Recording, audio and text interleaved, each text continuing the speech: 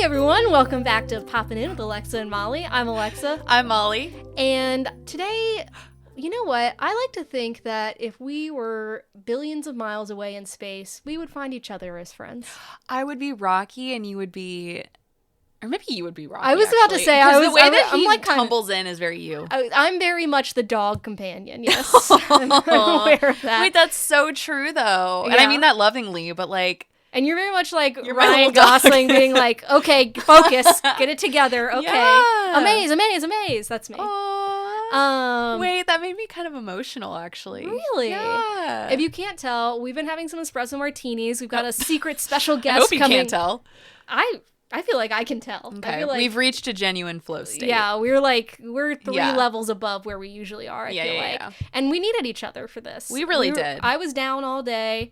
I was down the last half of the day. And then we saw each other and we're like, oh, I'm up. We're just two little dogs. We up. Yeah, We're just two little dogs.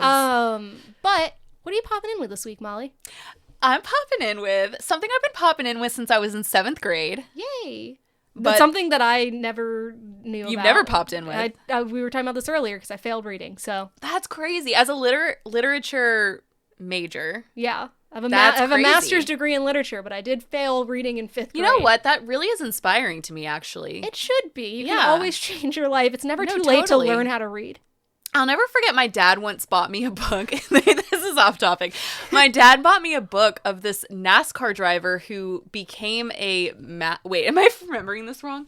Maybe I'm remembering this wrong, but there was somebody who wrote a book. She used to suck at math, and then she became like a mathematician. Wow, it wasn't me. I thought she was a NASCAR driver, but I might be getting this story wrong. Well, look and I remember reading that book, and I was like, Dad, this isn't gonna be me, so I don't know why we're doing this, but okay. We're anyway, gonna listen back to this and be like, absolutely. Speaking of me sucking at math. Speaking of me sucking at math in middle school, I saw The Outsiders this weekend, and the play. And it was so good. And so I'm popping in with The Outsiders. And you can't see her. She's wearing a Stay Gold I'm literally wearing a sweatshirt that says Stay Gold. I saw The Outsiders musical. It was phenomenal. I'm obsessed. And it really brought me back to the book and the movie. And I just love everything about The Outsiders. I think you should read it when you get the chance. Do you have a copy? You know what? I don't. Okay. Well, that's something we can knock off together. We can go. Should we go shopping for Outsiders books? Let's do it. That's my favorite kind of friendship date. Aww.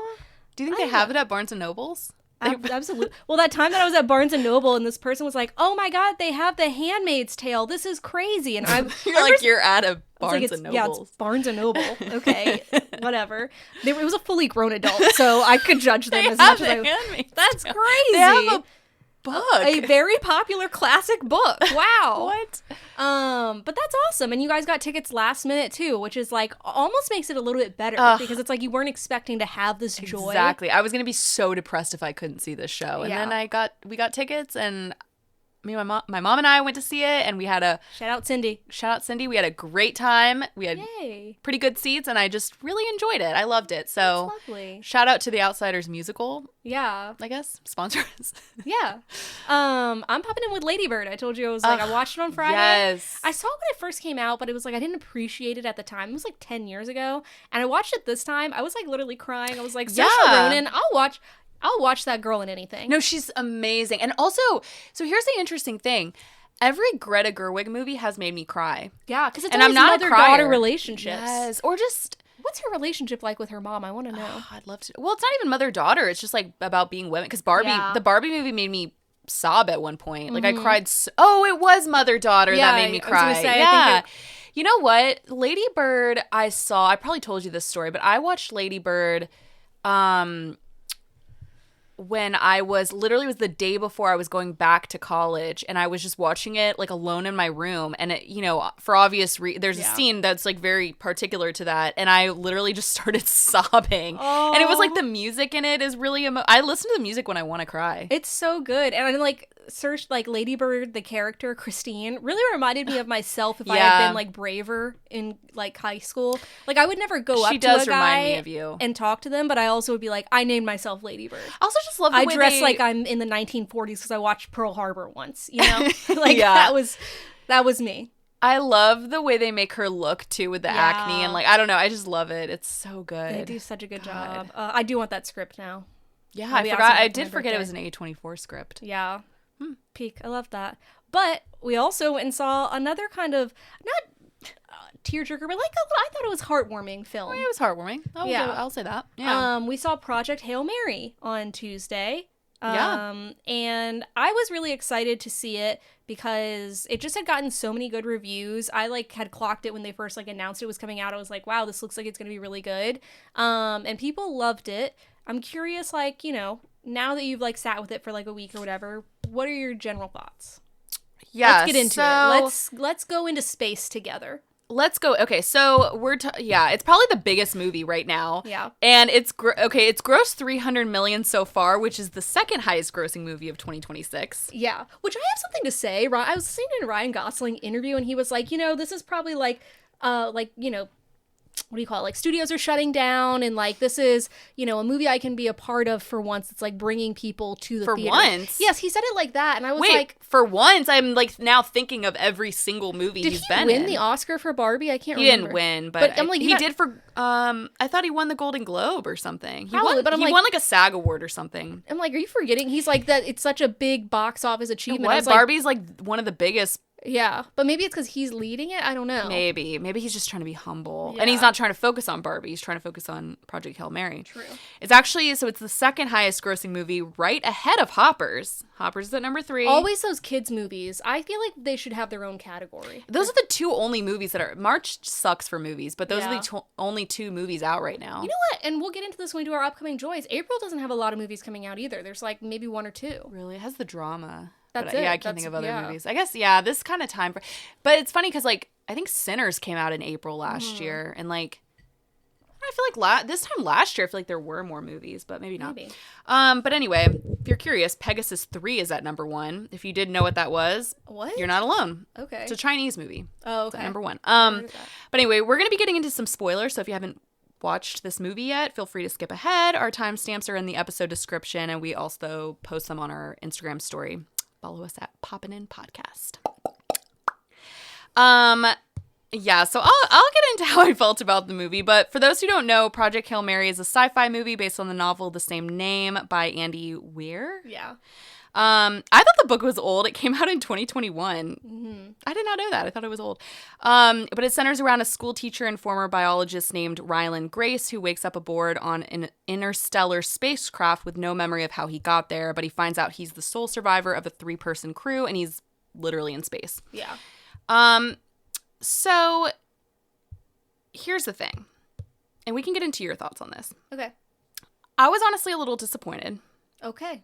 Which I think I think we talked about after the movie. But I will say I came into this not super wanting to see this movie. I know. I was literally I was about to go see it alone. I know. Well, I went because Matthew really wanted to see it. Yeah. And then we were like, oh, we're probably going to see it if anyone wants to join because, I'll go with him. And then Chris was like... And then Chris wanted to go. I was like, oh, you weren't going to go see it with me?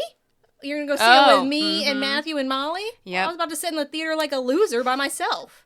Which it doesn't make you a crazy. Loser, but that's actually kind of crazy now that I think about it. I mean, I like going to see movies by myself. No, not you. I just meant that he was right. Yeah.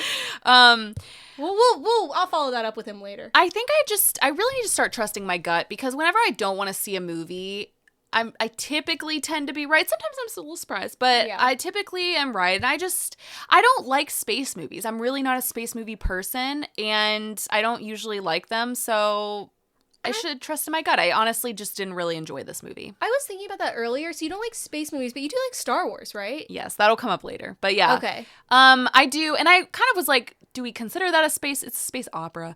But I don't like space movies. Every space movie I've watched, I just am never into them. Yeah. I don't know why. It seems like something I would like, I think, but I just don't. Maybe I feel like Star Wars is almost it's like science fiction fantasy. Exactly, which is why it's almost a soap opera, space opera, because it's world building, whatever. Yeah. But I think I just have never been interested in them. I never am drawn to them.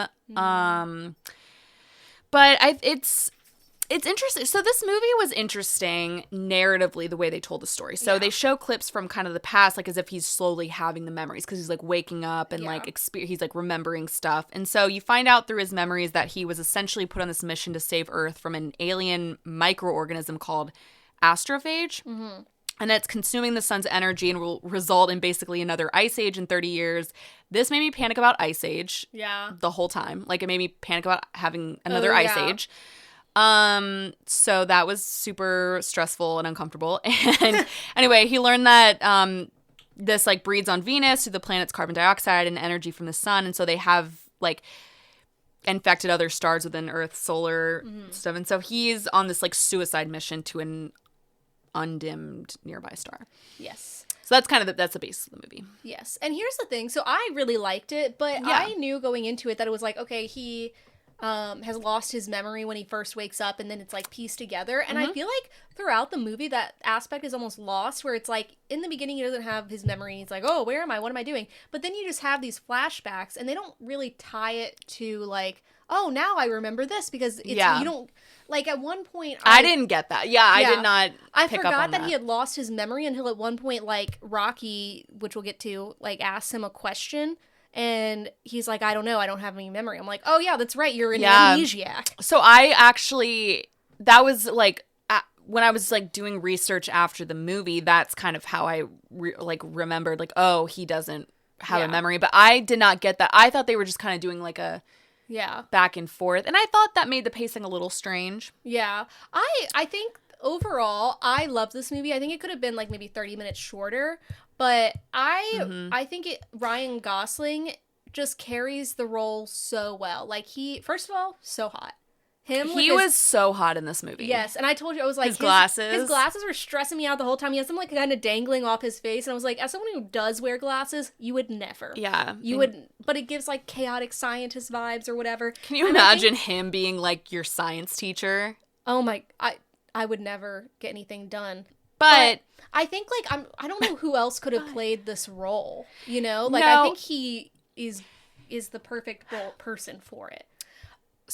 Okay, go ahead. But you don't like, okay, so before we went in, Matthew mentioned to you, he was like, yeah, apparently it's, like, supposed to be really funny. Yeah. And I was like, I was thinking about like, it. I was like, I don't think you can do, like, expected humor a lot of the time. No. You are someone who likes to go into something, you don't know that it's funny, and then it ends up being funny, and then you're like, this was humorous. I think you like to be, like, caught off guard by the humor. Yeah, maybe. I mean, because I was going to say the big thing for me was the tone of the movie. I didn't expect it to have a comedic tone. And I can accept, apparently the book has a comedic tone, and it pretty much matched that. But I feel like in the book it'd be funnier. In the movie it translated to, like, Matthew and I kept because both of us, we really didn't like it.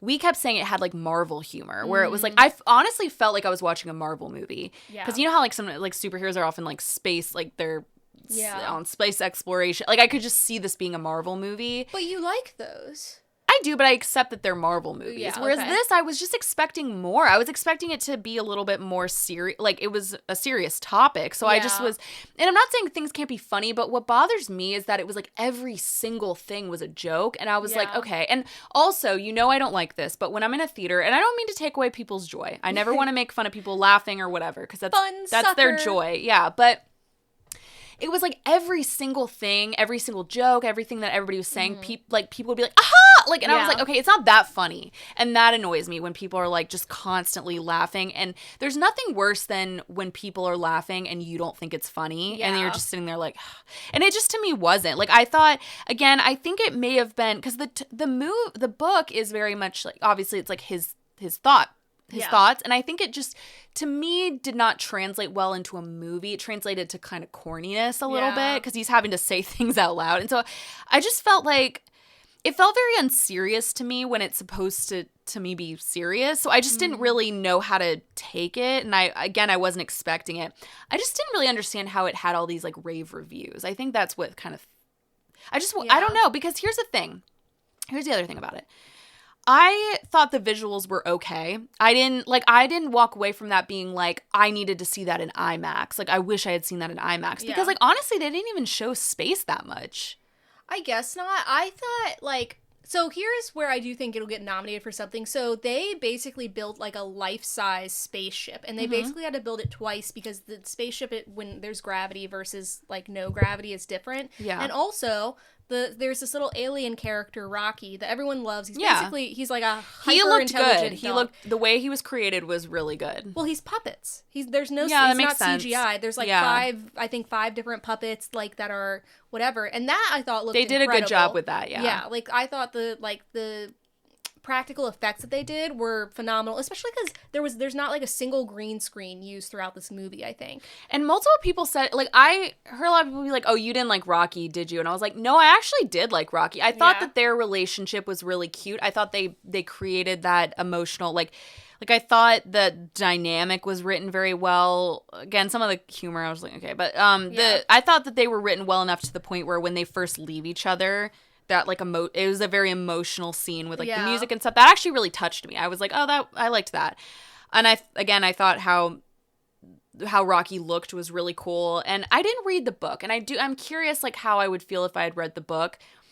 But apparently like everyone who read the book said that like how Rocky looked was exactly how they would have pictured it. And so that's cool.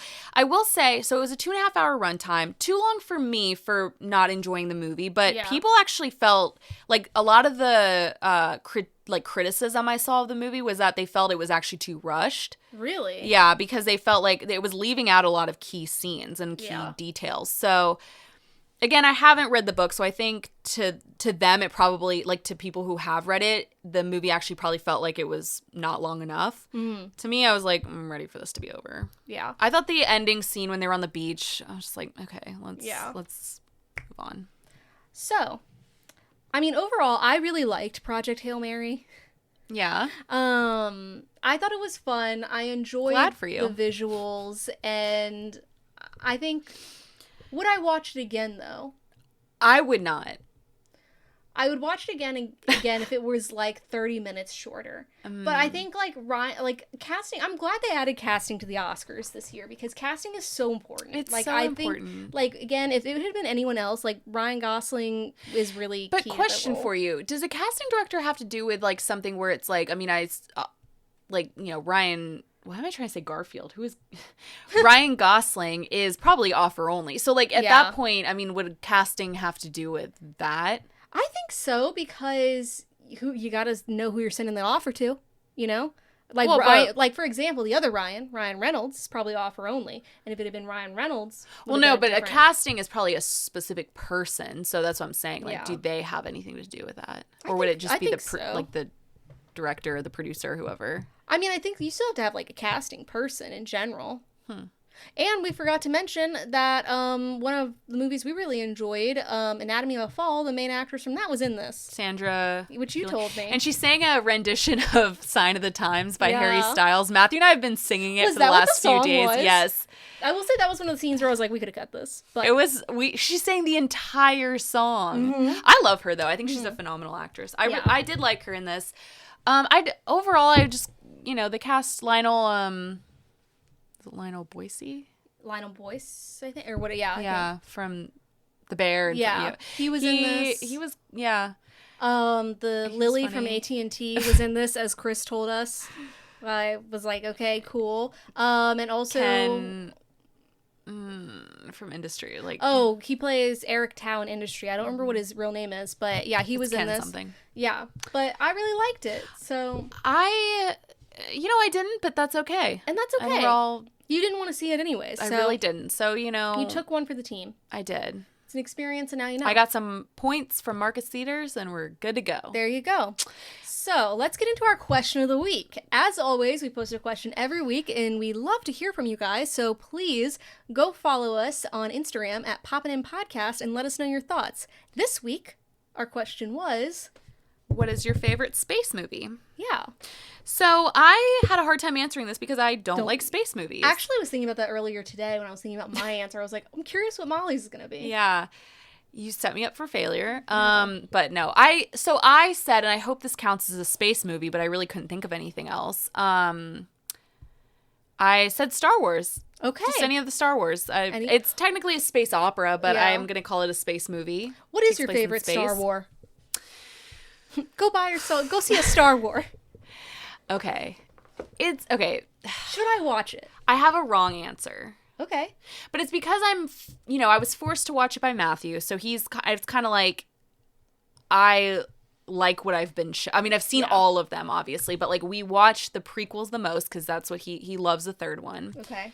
And so I would maybe say that one okay, people are going to come for me. I really don't care about the originals that much. So that's crazy it's crazy of me to say I know that. Please don't beat me up. Like I know this about okay, this is a wrong answer. Let's go. Whatever. Let's just continue. Okay. But I like The Force Awakens a lot. I know again people probably hate that movie. I don't care. It's just what I really had an enjoyable experience seeing that movie, and I think about that. So it's the same way that people saw the originals and had an experience seeing that, and that's why they're their favorites. I don't know. So anyway, Force Awakens was what got me into Star Wars. Yeah. And then I would say probably one of the prequels, but I'm just... The originals are good. I just don't resonate. They don't resonate with me as much. I believe you. They're wrong answers, and people are going to come for me, but it's okay. Yeah. When I was thinking about this, I realized originally my first answers were just movies about aliens and not necessarily space. Like I really liked the Fourth Kind movie. Do you remember that? God, that movie scared the shit out of me. Scared me so badly. I have horrible memories of dreams about that movie. Well, there was this show I watched when I was little called Aliens, I think, and I remember that gave me such nightmares. We had it on VHS all seasons for some reason, and aliens are scary. That scene in Signs when he's like walking across. Signs. That's what it is. Signs. That's the show I'm thinking of. That's a movie. Maybe it's a movie. The M. Night Shyamalan movie? Maybe. I think that's what it is. I need to look it up. I remember, I literally was like, I don't want to know anything else about this movie because I saw it when I was 5 or something. Yeah. I was trying to find other ones, and there are so many space movies. Yeah. Dune could be considered a space movie. So I was like, okay, should I say Dune then? But I guess I'm going to go with Star Wars. Space fantasy, which is a little bit different. Well, same with, So my actual answer is Hitchhiker's Guide to the Galaxy. Okay, I actually haven't seen that movie yet. What? But there's a song from it that I love. I listen to it all the time. Which one? So long and thanks for all the fish. Oh, yeah. I'm curious what you would think about Why are they singing that? What is the context of that song? Trying to remember. I watched it a few months ago. I always hear it it always comes up on Spotify. I listen to a lot of show tunes, and that always comes up, and I'm always like, what is the context of this? I'm trying to remember. So the thing is, even if I could remember, the context would be so hard to explain because that movie is so It sounds random. bonkers, yeah. It's very bonkers, but it's very funny and unique in a very British way. I should watch it. Oh, it's British? Yes, yeah. I should watch it one day. I would be curious what you think. It's just a fun little movie, and oh my god, what's his face? He was in White Lotus the last season. He's the one who has sex with the Asian women and wants them to be men. Sam Rockwell? Yeah, Sam Rockwell is in it. Really? What's the girl from Zooey Deschanel is in it. How old is it? I thought this was an old movie. It is. It came out in I want to say 2003 or something. Oh, that's not. I was thinking 70s or something. Oh no, I think the book came out a long time ago. But it's just a fun. It's just funny. It's very quirky the way they do it, and I don't think it's very long. I think it's on Tubi. It's from 2005. Yeah. Oh, you're right. He is in it. And it's just... What? Martin Freeman? What? Yeah. What is this movie? It's great. It's a cult classic. I don't even know if it's a cult classic. Why do they sing that song? I would love to know. I think it's So long and think. Should I watch it? I think you should. I'd be curious to know what you think. And again, I think it's 90 minutes, so it's not... It sounds fun. It is. It's a fun little... It's a fun ride. It received mainly positive reviews. Yeah. It's not a serious space movie. You know what I mean? That's good. That's a good one. Yeah. Huh. So we had some interesting answers. Okay. We only had a few, but Eric said Interstellar. Okay, so I rewatched that recently. It is I know you don't like it, but the graphics are fantastic. And that's an unpopular opinion. So again, don't come for me. I just really don't like space movies. And it's the one Christopher Nolan movie where I saw it and I was like, I recognize that it's obviously it is a great movie, but I just personally didn't enjoy it. I found it very boring. I just don't like space movies. Yeah. Stunning though. Mm-hmm. And that's the thing is there's certain ones where I would say oh, the visuals were stunning. Even when we saw I didn't like Gravity, but at the same time I still thought the visuals were stunning. Yeah. This movie I just didn't see that, so I don't know. But anyway, Matthew also said Interstellar. He loves Interstellar, but then he realized later he should have said Star Wars Episode 3 because that's one of his favorite movies. Yeah. Cordy, this cracked me up. This was a good one. Cordy said Spaceballs. Oh yeah. And along the same veins, it's where I felt comfortable saying Star Wars. Yeah. I was like, you know what?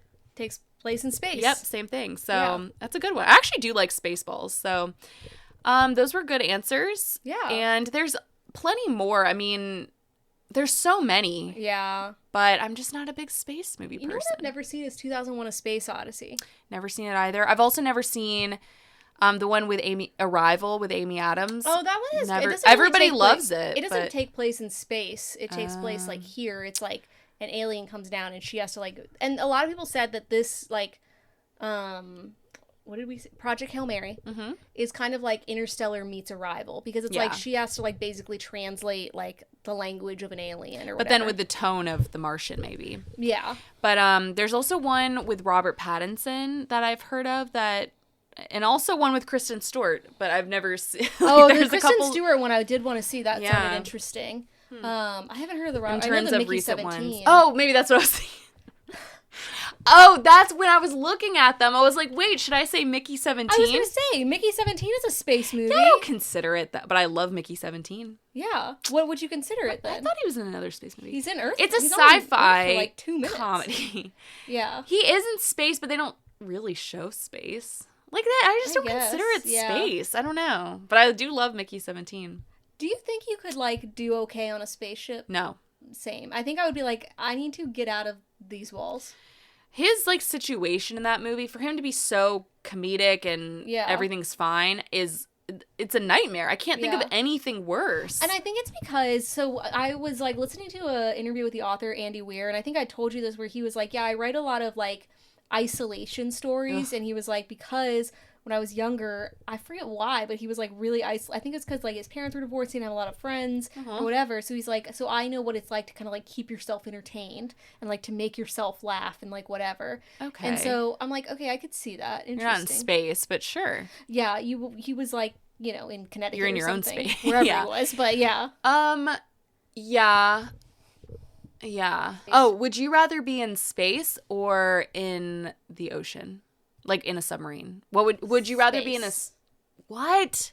We had this discussion before, and you said you agreed. I'm so scared of space. I'm also really scared of the ocean. I know. What would be worse? Because the ocean, I feel like you could get out of. Yeah. I feel like space is more dangerous. I will say, like, there's scenes where he's kind of, like, on the outside of the ship, and he's, like, tethered with a thing. And I know, like, astronauts really do that. I would not. Like, I was telling you, I wouldn't step out of that thing. Heights, that it's only if, like, people are on the side of buildings. It's not, like, when I'm on a roller coaster or anything. And I was getting, like, uncomfortable just thinking about, like, if that cord snaps, you're just floating through space. I know, but at that point, is it even a fear of heights? Because you're not going anywhere. Or you're going somewhere, but, like, where would you end up?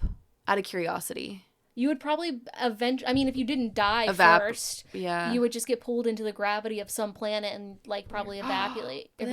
Then you're in a new planet. That's fun. Well, you'd be dead probably by then. Or because your oxygen would run out. It's so scary to think about. So I think space is so much worse than... The concept of space and its ever-expansive universe is, like... I remember sitting at a Taco Bell one time when I was 17 and having, like, a full existential crisis thinking about space. Like, for the first time, just, like, realizing, like, oh, my God. Yeah, I was out there. Yeah, we've had a lot of conversations about weather and just things that are really scary. Yeah. And when we were watching this movie, I was thinking about how scary an ice age is. Yeah. Well, also, like, when I was watching this, and kind of when I was watching Interstellar before this, I was just thinking about how crazy it is, though, that, like, since the beginning of time, there's something really beautiful about the fact that, like, man has looked up at the stars and kind of, like, wondered about our place in the universe. And we're, like, slowly figuring it out, but not really. You know what I mean? Yeah. Like, there's something really, like, even when it's just, like, we don't even know what the sun is, we're just kind of, like, looking up and we're just like, what is all that? Like, we know that there's more than us. Yeah. Even when we don't know. And there's something, I don't know, there's something strangely beautiful about that. How quickly would we die in an ice age? You would die probably before the Instantly. ice age. I know, but, like, how quick, like what would that look like for us? Like, what would a death look like? Have you ever seen The Day After Tomorrow? No. You should not. It will not do well for your anxiety. But they have, like, something that kind of, you would freeze. You would freeze instantly. Pretty much. But what would that look like? Like, what's happening? When we freeze, what does everything look around us? Frozen? So it would all freeze for, like, I'm just curious. Like the temperature would probably drop so fast that your body like couldn't adjust. And you'd either would we have a warning? I mean, would it be getting colder and colder every day is what I'm asking. I don't know. I'm not a scientist. I don't want to tell you an answer that's like gonna like pique your anxiety. So, and I don't even know. Like these are just my own theories. Like, but is it a slow freezing death or is it fast? I think probably it a depends slow on freezing death. Yeah. It depends on how fast the temperature drops. You know, it depends on how fast the changes. I don't know what the last ice age was like. I don't know. Oh, but I meant to tell you, there is a documentary on Neanderthals. Stop pronouncing it like that. That's how it's pronounced. I know, but it's so pretentious. It's on Netflix, and I was like, tell Matthew that I'm going to be watching this. He got me into it. Okay, wait, I have to talk about your little texting thing just now. That was so cute. This is how I text. God. Just swinging my wrists around. So cute. That's why there's so many typos. Tell Matthew. Anyone who couldn't see, she's swinging her little wrists around going, tell Matthew, like as if she's typing. It's so funny. It's more like shaking maracas. No, it really made me laugh. Okay, I already forgot what you told me to tell him. Oh, the Neanderthal. Okay, yeah. Tall. Documentary. Yeah. We didn't even finish the dinosaur one. That one scared me a lot. And I felt bad for them. Dinosaurs are freaky. I felt bad for the think about babies. it. Like where we're sitting. Oh my God, God, had it's this so on the scary. podcast before. It's like where we're sitting right now. A dinosaur walked probably across I know. the space. How pissed do you think they're just like, wow, now these girls are recording a podcast where we stepped. They're just like they have a house. They're just watching us on TikTok and they're just like, we wouldn't have done this. Yeah. AI? I used to piss there. Yeah, exactly. Huh. Anyways. Something to think about. Yeah. All right. Yay! Hello. Cheers! Cheers. Ryan Murphy. Yay! Thanks for having me on. Yay! To Ryan What? Murphy. Yeah. Let's not cheers to Ryan Murphy. To Ryan. Yeah. So, who can give me a primer on him? He's the Glee guy. What else does he do? American Horror Story. Yep. He has done like anything like American something story, like American Crime Story. He did all those, like did the OJ show, the Versace show, Clinton. He also does Monster. So like any like the Jeffrey Dahmer. Oh. Also pissed a lot of people off. The Menendez brothers pissed a lot of people off. Like if he's pissed people off, it's Ryan Murphy. Yeah. Okay. And so, for those of you who don't know, we are being joined by returning friend of the pod, Tonya. Hey. Hi, everyone. Thanks so much for having me back. Sorry, I just fully dove in without even letting you. No, I like it. So thank you so much. We love a cold opening. Yeah. I'm just right into it. Yeah. But we're here to talk about Love Story, which was produced by Ryan Murphy. Although I think it was written by a woman. I forget her name now, which is unfortunate.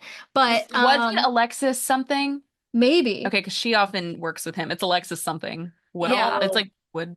And I have a hot take. Okay. I really enjoyed the show, and I'm like, I think it's because Ryan Murphy, I don't think was at the absolute helm. Because I enjoy some Ryan Murphy stuff. I'll admit it. And I like American Crime Story, probably, yeah. And for fans of the show, go back and listen to our American Horror Story episode. I had a lot of We have a lot of differences. Yeah, we had a huge argument. Yeah. I was thinking about the other day where you were like, this show like was caused an argument between friends, and I was like, who? And you were like, us. But anyways, I have thoughts on Ryan Murphy. Sometimes I like his shows, sometimes I don't. But everything is like a what do you call it? Not episodic, but like anthology. Like anthology series. So he has like American Crime Story, which is like the Menendez brothers or whatever, and then he has no, that's Monster. Yeah, that's Monsters, which is like who's the guy that ate people? Jeffrey Dahmer. Yeah. And then okay. So he's got American Crime Story. Okay. Which is like we were saying, it's OJ was probably his best. If I had to be like, what is his best creation? It's probably OJ, and then also the Gianni Versace, Andrew Cunanan story. Like, that's what might like. Oh my God, Tonya. it's so good. It's genuinely like there is nothing bad about that. Like, it is phenomenal acting. The writing is just like peakly. It's so good. Then he did Clinton and like Monica Lewinsky. And then he did Monster, which that series has pissed a lot of people off because it's like we were saying, like Jeffrey Dahmer, and that's obviously very sensitive topic. And then the Menendez brothers, also a sensitive topic. And then who was the third one? The skin guy. Ed Ed Gein? Gein, the Yeah. lampshade. He made lampshades out of Oh skin. God. Okay, Yeah. well, this is making more sense because I saw the next season of Love Story is going to be about Elizabeth Taylor and is it Richard Burton? Sorry, I Oh. know Yeah. nothing. Yeah, 'Cause he okay. also, I think he was the one who also died in a plane crash.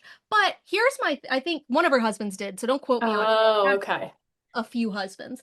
But so that's the thing is like I feel like Ryan Murphy's shows I think are better when he's basing it off of real life because I think when he's not, he always throws in a lot of things. It's crazy, It yeah. gets like one time we were watching American Horror Story, I was like, I texted Molly, I said, okay, so there's aliens and also Yep. Anne Frank. Yep. Like, Yes. like What is going on over there? Yup. But everything has to be an anthology. Sometimes I'm like, okay, I think you need to Can pick we one, just stick with one story? season. But like He has ADHD for sure. yeah. So you were loving Love Story, and I was like, I don't know, Ryan Murphy sometimes like loses the plot with things because he did The Swans, like Capote versus the Swans a few years ago, which I Mm. really Which is love. part of his feud series. So he has Yeah. a series about celebrity feuds. This guy is a moneymaker. He's Yeah. everywhere. He He's also all over the currently place. has a show about it's Dr. Odyssey. It's about a doctor on a cruise ship. He also just did the beauty I talked about last Yeah. week or 2 weeks ago. He's like the epitome of like ADD. That's what I'm saying. Yes. Like he's all over the place. And so Well, like you didn't like the actress in this either. So you had a couple qualms, is what I'm saying, yes. like going into it. And I wrote in my notes that I need to formally apologize to Sarah Pigeon Wow. because Fuck she, it. I love her name. yeah, it is very funny. Sarah Pigeon. I had seen her in a show a few years ago that I literally had to stop watching. It wasn't just her, but a lot of the actors on it. I was like, these people are like bad actors. But seeing her in this, and also the way she transformed, like people were like looking at her as a brunette versus a blonde. People were like, I can understand how Hannah Montana worked. You I know? saw that. I saw Yes. that. Yeah, it completely transformed her, the blonde. She's And pretty. maybe like I don't know, she took some lessons or like she just this was a better role for her or whatever. But I was like, okay, she crushed it. Well, she's also in the remake of I Know What You Did Last Summer, and Oh, like yeah. spoiler, but no one should see this remake. But she's like the villain in that, and her acting is horrible. Like it's just a bad Oh, movie. interesting. Everyone's acting is bad. Mhm. Yeah. So I think she had a lot to like Yeah, work on, but it sounds like she did. I pretty know. well. Well, I felt bad because Tonya texted me. She was like, "I'm sorry, I know you hate Ryan Murphy, but I'm loving Love Story." And I was like, you know what? Loving it. I Yeah. was like, let me return. I had only watched like an episode and a half or something, and I loved it. When he's good, he's good. Yeah. Oh. Okay. Okay. I'm learning a lot because, yeah, well, this thankfully was a good break between the finale because I was stomach in my feet, like heart pounding. I did not think I'm going to go right into spoilers. So if anybody has not seen Love Story and you don't want to know, not that you can really spoil because it happened in real life, Yeah. but Yeah. If you skip don't this part. know, then I don't know what you're doing. But I yeah. don't know what to tell you. Yeah. Yeah. But well, the show starts with them going to his little Cessna plane. Yeah. And it's Carolyn, her sister Lauren, and John F. Kennedy Jr., and he's the pilot. And I kind of wanted it to end again with that scene, or maybe just show them taking off or something. I did not realize they were going to get into the aftermath and the family members. And that when it got to that part, when Caroline is screaming, the sister, that like this doesn't make any sense, that's when I was like, oh, the family is owed an apology. This is crazy because I don't know if you guys know this, but she also just buried her daughter who Yeah. died of cancer. So it's like inopportune time. Oh, you for mean showing this. recently?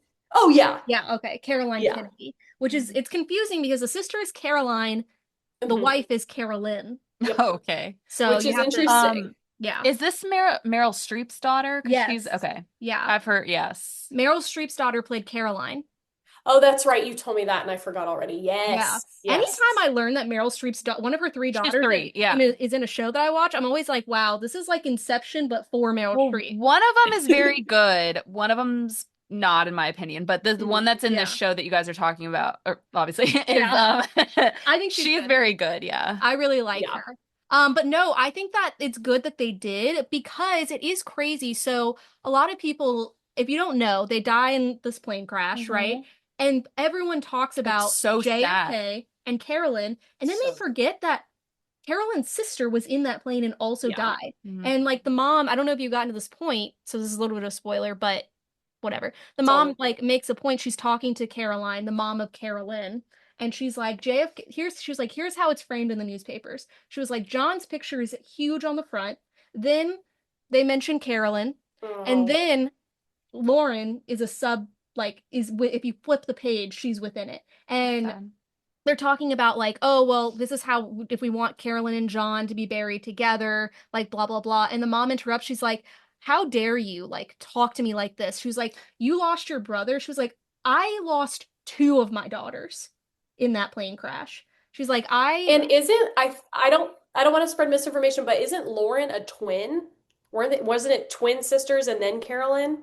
oh, I'm I don't know, pretty but sure. maybe that's interesting. I'll look it up really quickly. But yeah, okay, that's interesting. I'm excited to get to that part because her speech at the wedding was one of my favorite moments in the Yeah. season. Because so how it is, Molly, is like how would you imagine like if you married into the Kennedys, where they're like, well, we're the Kennedys, like we're Yeah. having this wedding, like this is our whole family. We have a massive family. And like the mom kind of gets up and she's like, you know what? Like she tells this really beautiful story about her daughter as a kid when she's on a school bus about Carolyn and how all of her friends were sitting in the back of the bus and she was like, but my daughter was sitting alone at the front. And when I got off, she got off the bus. I asked her like why, and she was like, "Well, like the new girl gets car sick, and I didn't want her to have to sit alone." Oh. And I'm like, you know what? I'm glad her mom got up there and told some nice ass stories about her because everyone was fucking sucking John's ass, Yeah. Yeah. and And like, she wasn't nobody. Molly, I don't yeah, know. I'm curious how much you knew of this because I didn't know anything about them I know besides the plane nothing. crash. Okay. yeah,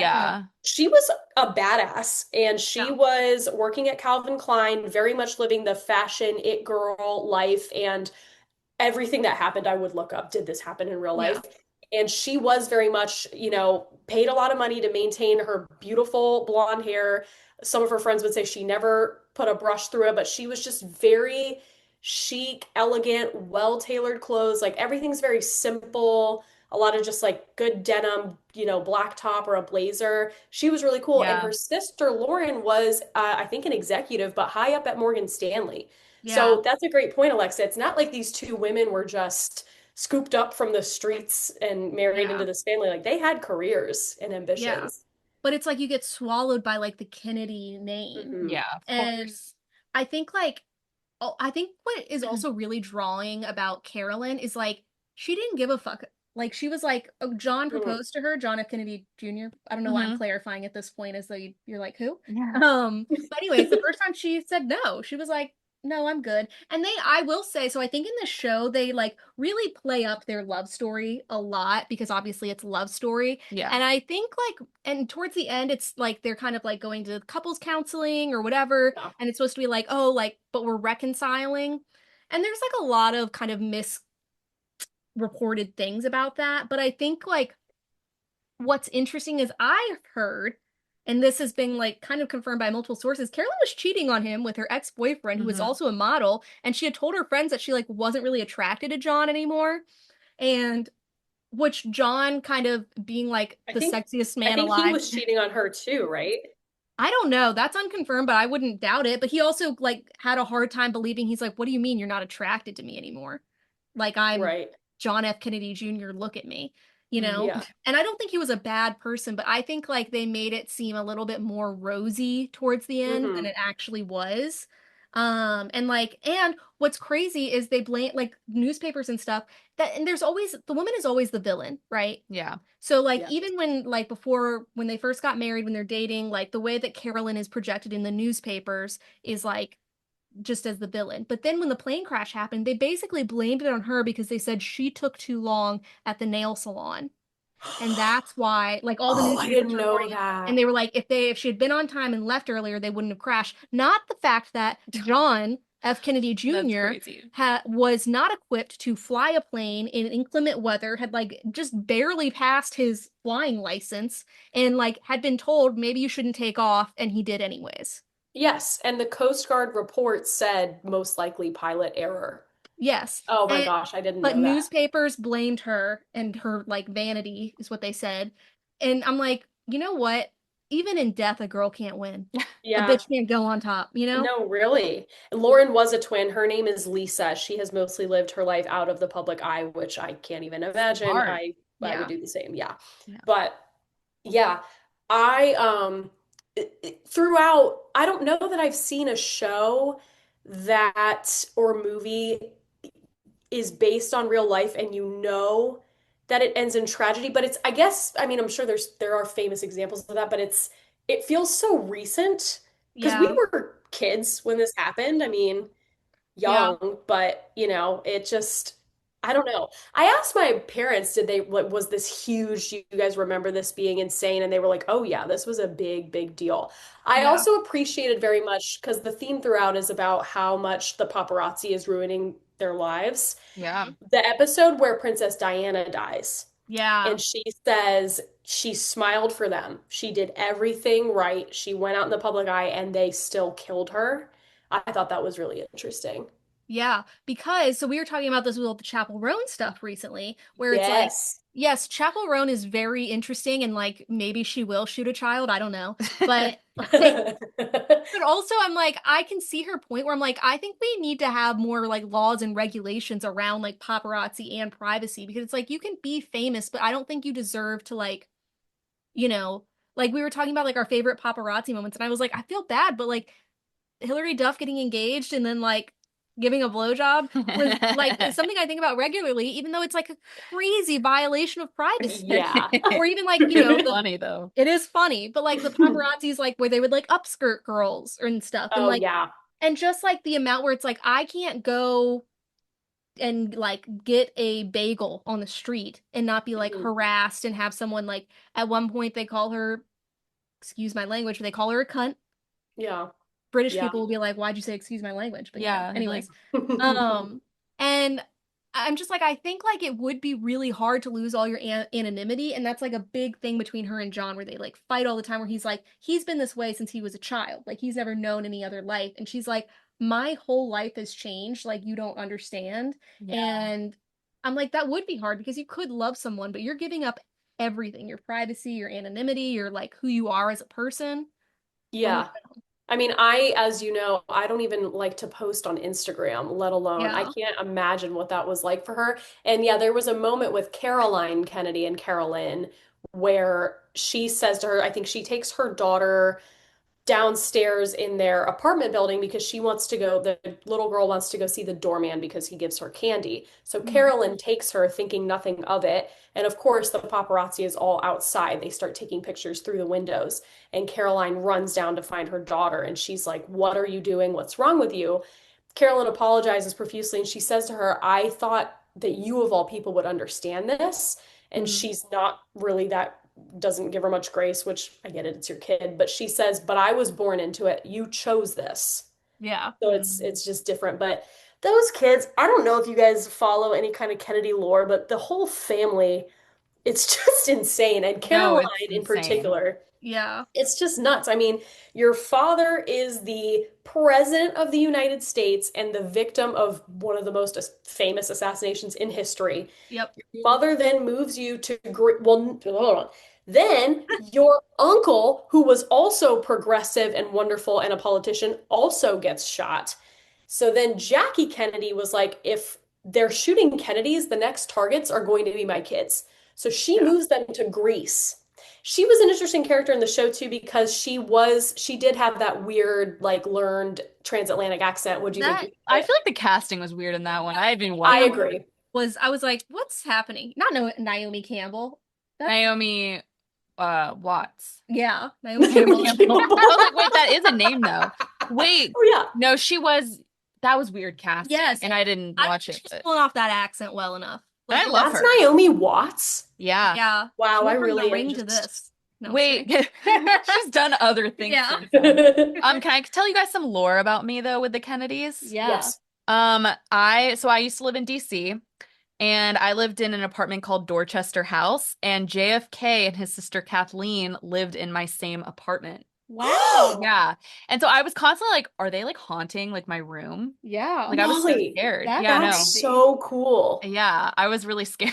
I mean, and even like I thought they were ghosts. before JFK was murdered, assassinated, or whatever, even like the stuff with their kids, because they had that sister who, like, basically, they say, like, there was something going on with her, and it basically was because during birth, Yep. the nurses told the mom to, like, hold the baby in because the doctor wasn't ready to come. Oh So, like, God. when she was kind of like a little bit messed up for the rest of her Hold it life. in? Yeah, because it was like That was lack Eunice Kennedy. Eunice. It was lack of Mhm, oxygen, like getting to the brain. And so mhm. then the father was like ashamed of her, put her in a facility for Oh like yeah. decades. She got a lobotomy. Lobotomy. And Rosemary, right? yeah, Yeah, Rosemary. That's Rosemary. what, Oh, or that's Rosemary. Oh, I'm sorry. Yeah. Eunice yeah, is the sister who was the only one I think who would visit her, and then yeah, she's the one who Yeah. founded the Special Olympics because of her. yeah. Yeah. So like Okay. it goes back like the Kennedy curse. But anyways, okay, so they went to hmm Greece.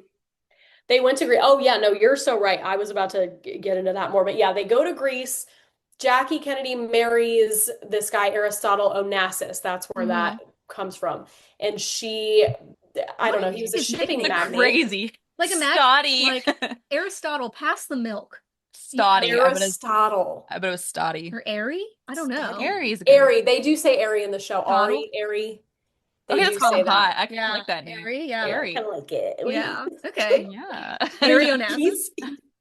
he's Anyways, so okay. rich, but the kids hate him. Yeah. And then it's just no good. And then the mom, obviously Jackie, dies of cancer. Your brother dies in a plane crash with his wife and her sister, and now her daughter has just died of cancer. It's It's cursed. just It's Yeah. like legit a cursed family. Yeah. And like the thing yeah. is, there was someone who said this quote where they were like, the Kennedys have like all of the charisma and none of the luck. Yeah. And Mm, I'm hmm like, yeah, that's very true because it's just, and they all seem like very nice people, if not Yeah. like, well, we won't go into the whole Maha thing, but Electric yeah, yeah. at 40, I had a Gatorade. Sorry. But I'm a like freak. in general, it's interesting.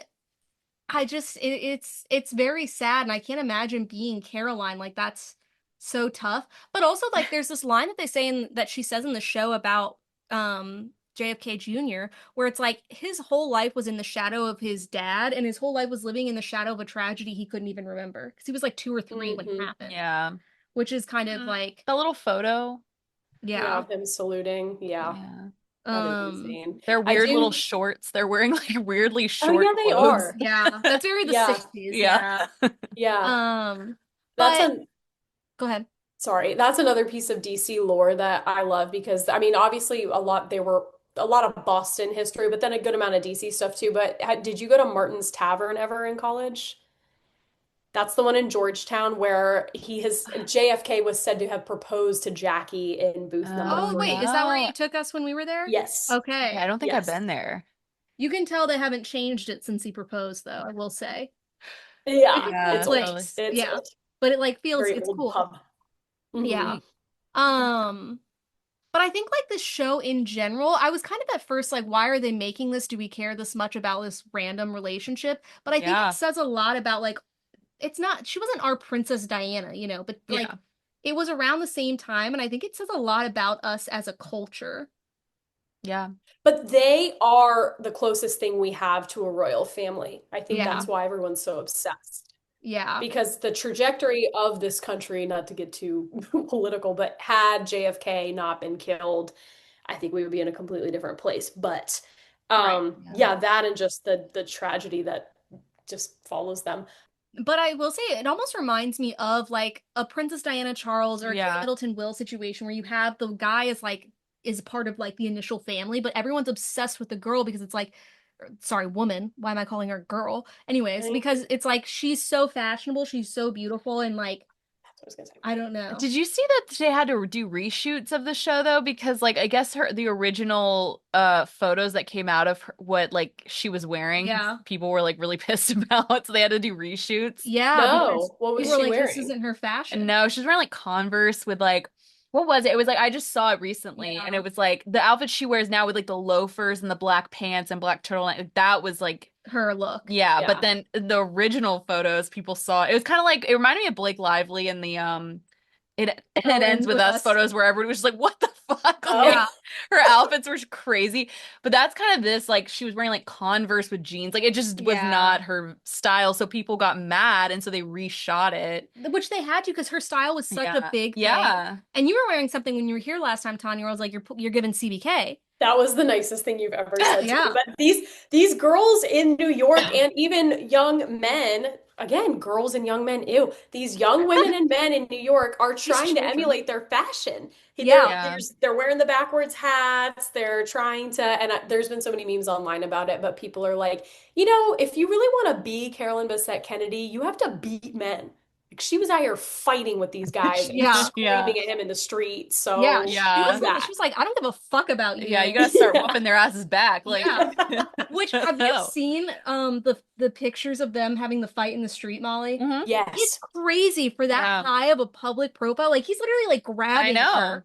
And it's like everybody fights, but goddamn, like you're In the Yeah. show, they put them in the exact same clothes. Like it yeah. is eerie. Nick watched my boyfriend for everyone. He watched one of them, and I kept showing him the real photos, and he kept saying, "Is that from the show?" And I was like, "No, they just really did it to the T." So Wow. That's how they I did felt it. about the Pam and Tommy show. I was trying to look up Oh, pictures of Pam Anderson and Tommy, they did look like them. and Yeah. I was getting like confused. It was crazy. But even with that show, Pamela Anderson was like, I will never watch this kind of fuck you. So to get into how like the real people feel about the show, I wrote this down. Okay, so Jack Schlossberg, Schlossberg, he was pissed. I saw his, yes, yeah. yeah, Yeah. he said he wanted a TV show. He said, if you want to know someone who's never met anyone in my family, knows nothing about us, talk to Ryan Murphy. I would just want people who do watch the show to watch it with one letter in mind, and that is a capital F for fiction. The guy knows nothing about what he's talking about, and he's making a ton of money on a grotesque display of someone else's life. And I He did was, do a show called Grotesquerie as well. So yes. he knows about Oh, grotesque. And I will say, like, Ryan Murphy gets a lot of flack for this, like, Yeah. He does every not, and time. he doesn't give a shit. He's like, I I'm gonna was gonna keep doing it. say. He does Yeah. not care. Because again, like, I I think, kind of respect it. yeah. Like, Well, even like the Menendez brothers, it kind of like changed their lives a little bit, even if they were like, we don't want this. they Yeah. still didn't get out of prison, so I Yeah, don't that's know. true. But he's like, I don't care. But so like I understand, and Daryl Hannah, who I'll be honest, I did not know who that was. Well, you Yeah. know why? Because I think she was assaulted by Harvey Weinstein and then spoke out about Mm. it back in the 90s and then got blacklisted from Hollywood. At least that's what I Yeah. found online. The 90s, like that must have been awful. You really haven't Yeah. seen her. I feel like I only know her from like 2 movies total. Yeah. Well, What when is I she? looked Is she in Kill Bill? She was in Kill yeah. Bill. Okay. And Mhm. then there's something else that's famous. I want to say it's a movie with Tom Hanks, but I Yeah. can't remember. I looked up her filmography and I remember being like, wow, she's in a lot of stuff. But she was pissed about her portrayal Yeah. in the show. She was like, this never happened, like XYZ. She was like, she literally wrote down, she was like, I've never done cocaine or like thrown cocaine fueled parties. Because that's like a whole thing in the show where he comes home and he's like, people are doing cocaine off of his table. Okay, but how'd they make that up? Like, where did that come from then? I could see like taking creative liberties, being like maybe she's an actress or whatever. Okay, But also yeah, it's one of true. those things where it's like if you're going off like historical records of the time, like she would be in the like you think about all the like fake stuff that comes out about celebrities now, and it's like it is probably hard to piece together the truth. But I do think like I don't know, it is hard making these shows about like a personal tragedy. Yeah.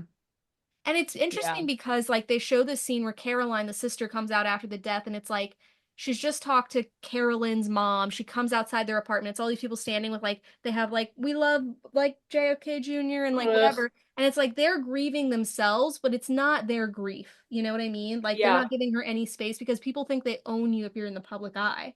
And the same thing happened when her daughter passed away in December, which, by the way, she wrote an article, I want to say for the New Yorker. It's worth the read before she passed away. And Caroline Kennedy was photographed with Tatiana has young children, so her two grandchildren, carrying them into their apartment or whatever. And it was the same thing. It was just people are not allowed to grieve. Yeah. It's just so sick. And Jack Schlossberg, her brother, is actually running, last I checked, he's running for Congress in New York City. So Yes. Yeah. he Hmm. does, he speaks like a politician, like that whole, it's a capital F for fiction. I was like, Yeah, like, Yeah. okay. I thought he was gonna say it's a capital F for fuck fuck you. you. Yeah. I wish. Well, it's Good Morning America, I think. So like Yeah. that would have been pretty scandalous, but I wish. Um, Ryan Murphy. and I'm curious, like it's like but the thing is, it's like sometimes I'm like, yeah, maybe he shouldn't be making these shows, but I will be watching I'm them. still watching them. I Yeah. I know. I'll still be I'm like, reading watching. those stop, reviews. Ryan. Yeah, like I'll Stop stop. Stop. it. Stop casting such hot people. Yeah. Like, The He is casting, the most beautiful man I've ever seen in yes. my life. This guy, He's Paul Anthony okay. Kelly. they got One. him pretty Yeah. right. Hot take, and this normally happens. Like, have you ever see something where it's like, those like true crime things where they do like the reenactments and the actors are so Yeah. hot and then they show the people and they're missing You're like like, four oh. teeth. Yeah. I was Yeah, like, do you think the actors are kind of hotter they're than the both people? hotter. Which is Mhm. crazy I because think he the looked just people like him. they do, but if you really want to get down He into like did, the yeah. minutia of it, I I'm like, agree. the actors were hotter, which is hard to do because those are some hot people. I do agree with that. Yeah. And apparently he was this is always the story. What's his name? I forget. But Paul anyways, Anthony Kelly. thank you. Wow. Okay. PAK. That's on Google, girls. That tab is open on my browser. I love that. Apparently, he was like about to quit acting. Like he had been modeling, Yes. he'd been Always how trying, it is. and he was just like, "Okay, I'll like try out for this last role." And Of then this JFK. yeah, like maybe he's like looks in the mirror, he's like, "I don't really see it, but sure, I'll try." What? No, I'm just kidding. And Wasn't he was going to go back to working at a grocery store or something like that, or yeah, that's what he was doing or something. Classic. yeah. Yeah. And then he got it, which is like crazy. Well, I don't know. What were your highlights of the show and what were your biggest complaints? I think seeing Carolyn's outfits and just like how she really embodied Yes. seeing her flip her hair and bite her lip, I was kind of like, okay, I can see why she's an it girl. Mm. Yes. I liked her whole, I mean, the guards were up at the whole, what was her phrase for men? Date 'em, train 'em, Random dump 'em. dump. Yeah. Yeah. Oh. Yeah. She had this whole thing where it was like her dad like left when she was a child, so she like didn't trust men, which is why Mm. like and that was like even Caroline says this to John at one point, Caroline, his sister, Yeah. where she's like, For your whole life you've just had women chasing you, and Yeah. finally you found one who wasn't, and you fell in love with her.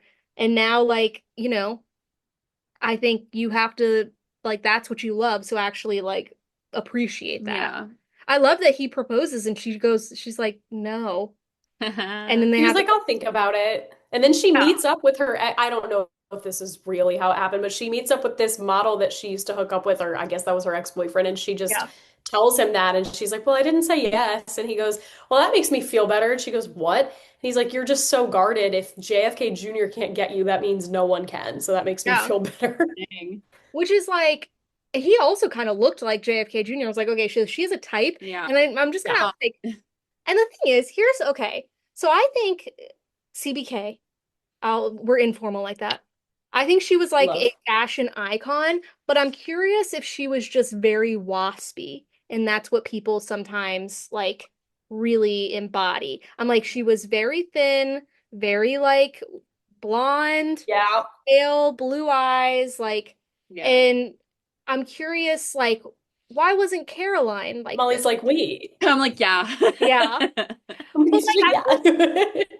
I'm like, oh, really? but I feel like she has this look to her that is like, well, you like, I don't know. I don't think you look waspy. I think you look like you could catch a tan and not die, you know? Oh, okay. Do you know what I So mean? then, Like, like fair skinned, like yeah.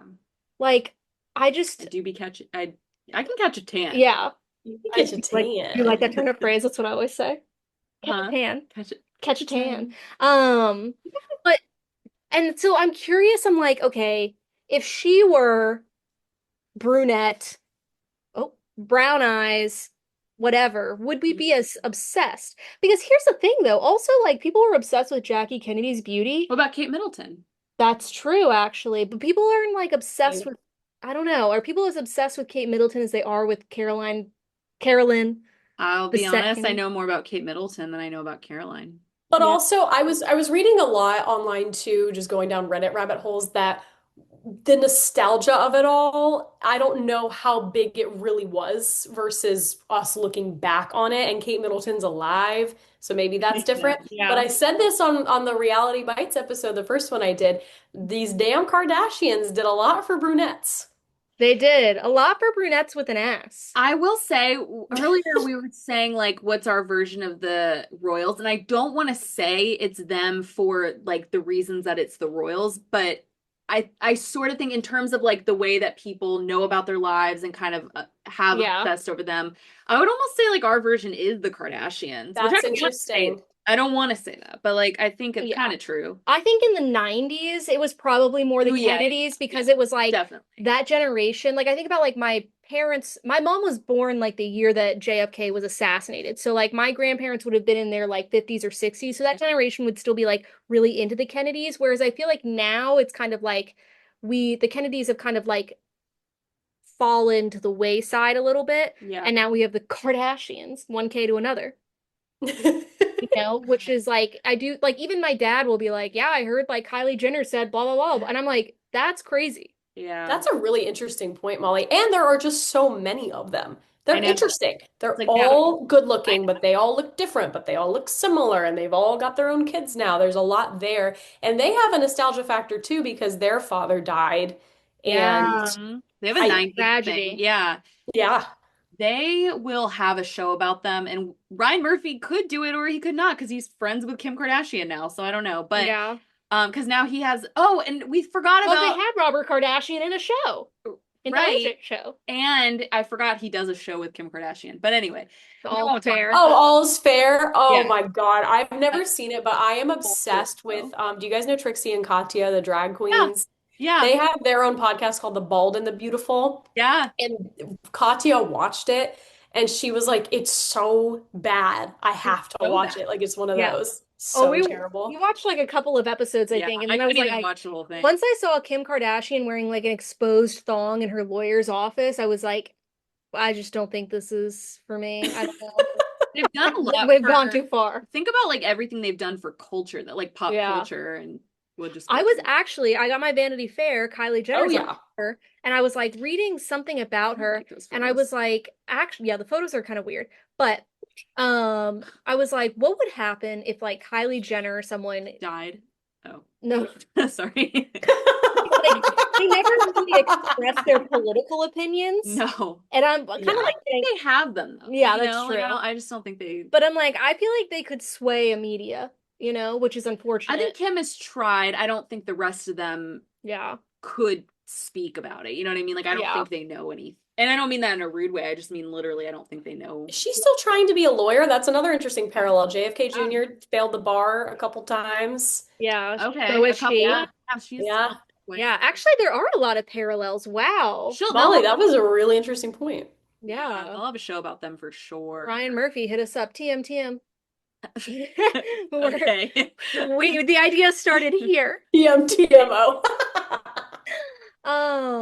But I overall, because sometimes Ryan Murphy shows they kind of like lose the plot a little bit sometimes halfway through, or like they Yep. just like get a little bit boring. Like I didn't even finish the Jeffrey Dahmer show, and I was like, how did you make a Oh. person who like eats people boring? Really, I actually thought that was a good one. Was it because it was Evan Peters Yes. though? Ed Okay. Gein I didn't enjoy at all. I did No, not I finish that. wasn't even gonna try it. That's the skin one, Tonya. Oh, yeah, no, that's not for me. Yeah. Do you think you'll watch this one, Molly? Or meh? Okay, so I don't think so, and the reason I didn't watch it is just I'm not a romance person. So immediately when like I don't care about like romance like media. So like Fair. immediately when it was like love story, I was like, I'm good. Like I don't know. I'm all set. Yeah, I've never been.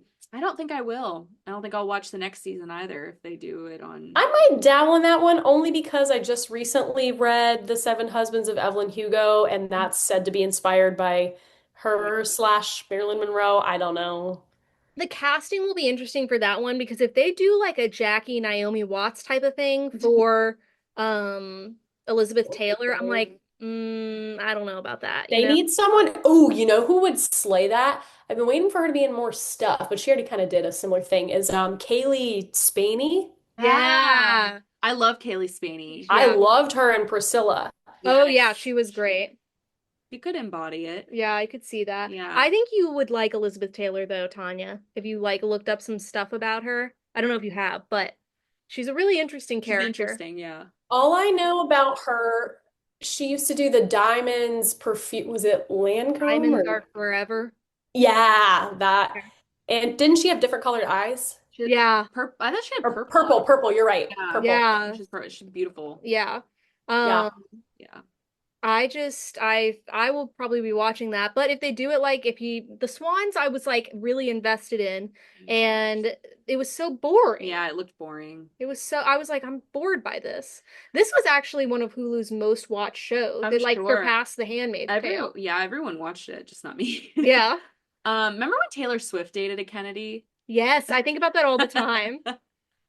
It was Gag. Yeah, Connor, I 2 think. seconds. Connor, Yeah, yeah. who is he? He's some distant, I don't know. Now I'm like, I'm literally going to be the meme of the guy from, what is that show? Is that It's Always Sunny in Philadelphia where he's He's like, connecting yeah. everything? Yeah. Yeah.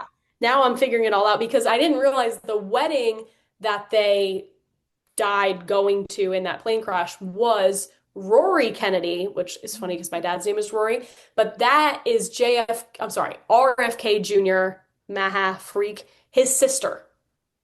It's all, Rory was a I'm boy. like, I'm like, woo, woo, woo. No, Rory is a woman. Oh wow. I Real love traditional Irish name. Okay. Tell your dad I love that name. Yeah. I really love the name Rory. He's gonna be so flattered. I will. He's gonna Yeah, love that. it's a great name. We didn't even talk about their wedding. I love cunt. That was my sorry. It was so cunty. It was so cunty. That was my favorite episode, I think. Because Well, I didn't understand the thing about the dress. So Molly, she first of all, it's a big deal that she leaves Calvin Klein Mhm. and she walks into his office and she's like, "There's just too much fanfare over me now that Yeah. I am not good for working here." And he's like, "Are you saying you're taking the spotlight from me?" And she goes, "No, no, no, I would never say anything like that, but it's implied."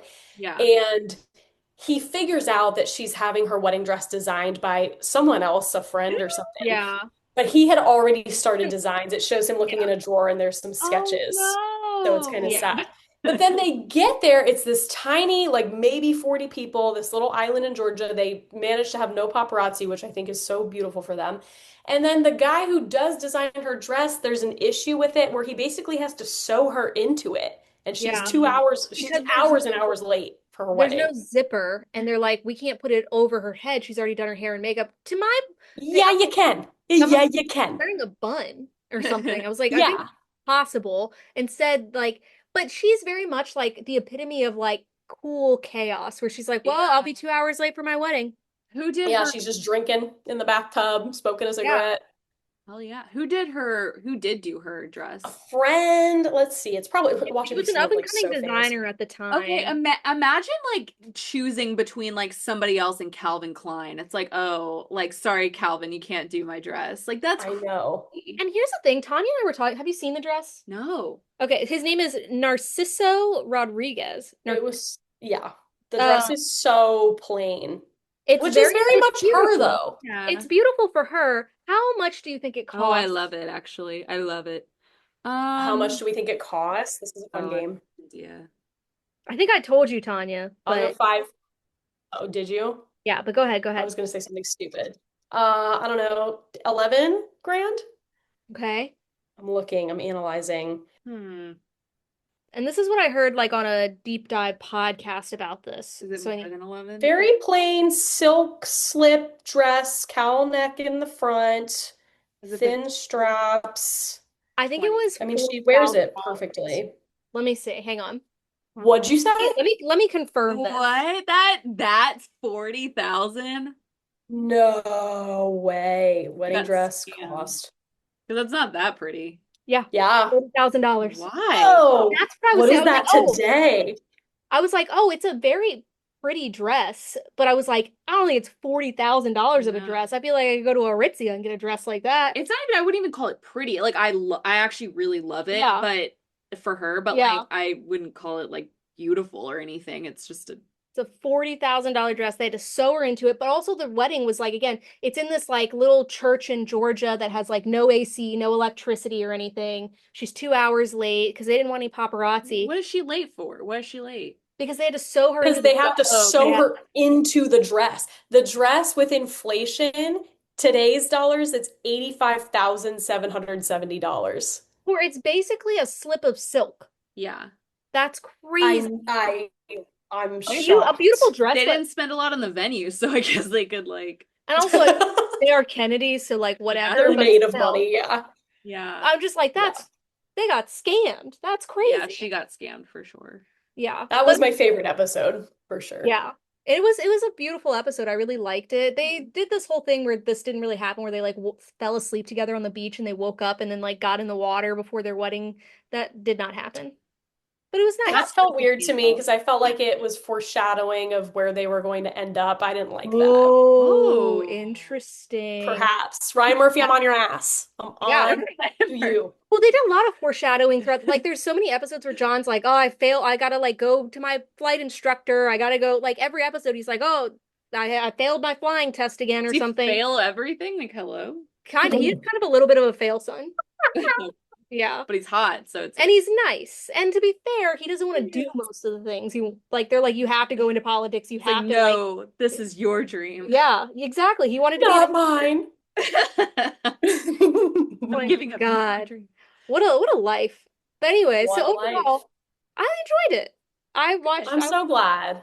Because I know I don't watch a ton of TV, so I like when we watch a show together. We've seen the same thing. That's nice. I know whenever you're like, oh, I watched this show, I'm always like, oh my God, that's You're like, crazy. what? Yeah.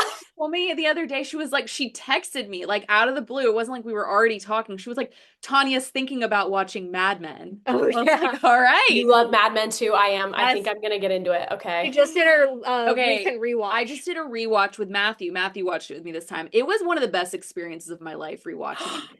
Oh, I'm so excited because I need a good, healthy, like bunch of seasons, bunch of episodes type thing. Oh, Like, it's that's Oh, there's good, a lot of Tanya. you guys. It's so good. There's some really like in-depth moments. The costuming is great, and then there's also some really funny moments. It's hilarious. Rewatching I it, can't wait until next year when all of you are in Vietnam. I just love that. I texted Alexa that the other day. I don't know who she is or who they are, but I'm like, Yes. Joni. exactly. I love the most iconic line to me is she's like, and you never thank me for any of it. And he goes, that's what the money is for. There's so many iconic lines. It's the most well-written show I think ever. Like I fantastic. rewatched it and I was like, is this my favorite show? And Maybe. especially because you have worked in I'm marketing. excited. So you'll like be like at one point they're like literally talking about creative briefs. Yeah, And I they was talk about like, accounts. yep. Like it's like it is relevant now more than when I was 14 and I first watched it. So. Yeah. And it's cool because it's like So history. there's a Please watch comedian. it. Please watch it. Oh, I will. I will. There's this comedian, Mary Beth Barone. She does Yeah. a podcast with, Benita Skinner, was right? amazing. She loves it. Yeah. Oh yeah, it's so good. I don't think I've met anyone who doesn't Oh, I got frozen. like if they sit Okay. down and watch it. Yeah, please let us know after this. Oh, I will be. below. I will be reporting back, and then First episode. Yeah. But anyways, another show that we I watched will. together, well, sort of watched, that I didn't know for some reason until recently. You were like, oh, I'm watching Bridgerton. oh yeah, I really liked Bridgerton. I do love it when it comes out. It's kind of like you just got to do it. Yeah. This season, Nick and I tried to watch it, and he kept falling asleep, and then I kept putting on Real Housewives or something else. So I never got past where he asks, "Do you want to be my mistress?" And she's like, "How dare you?"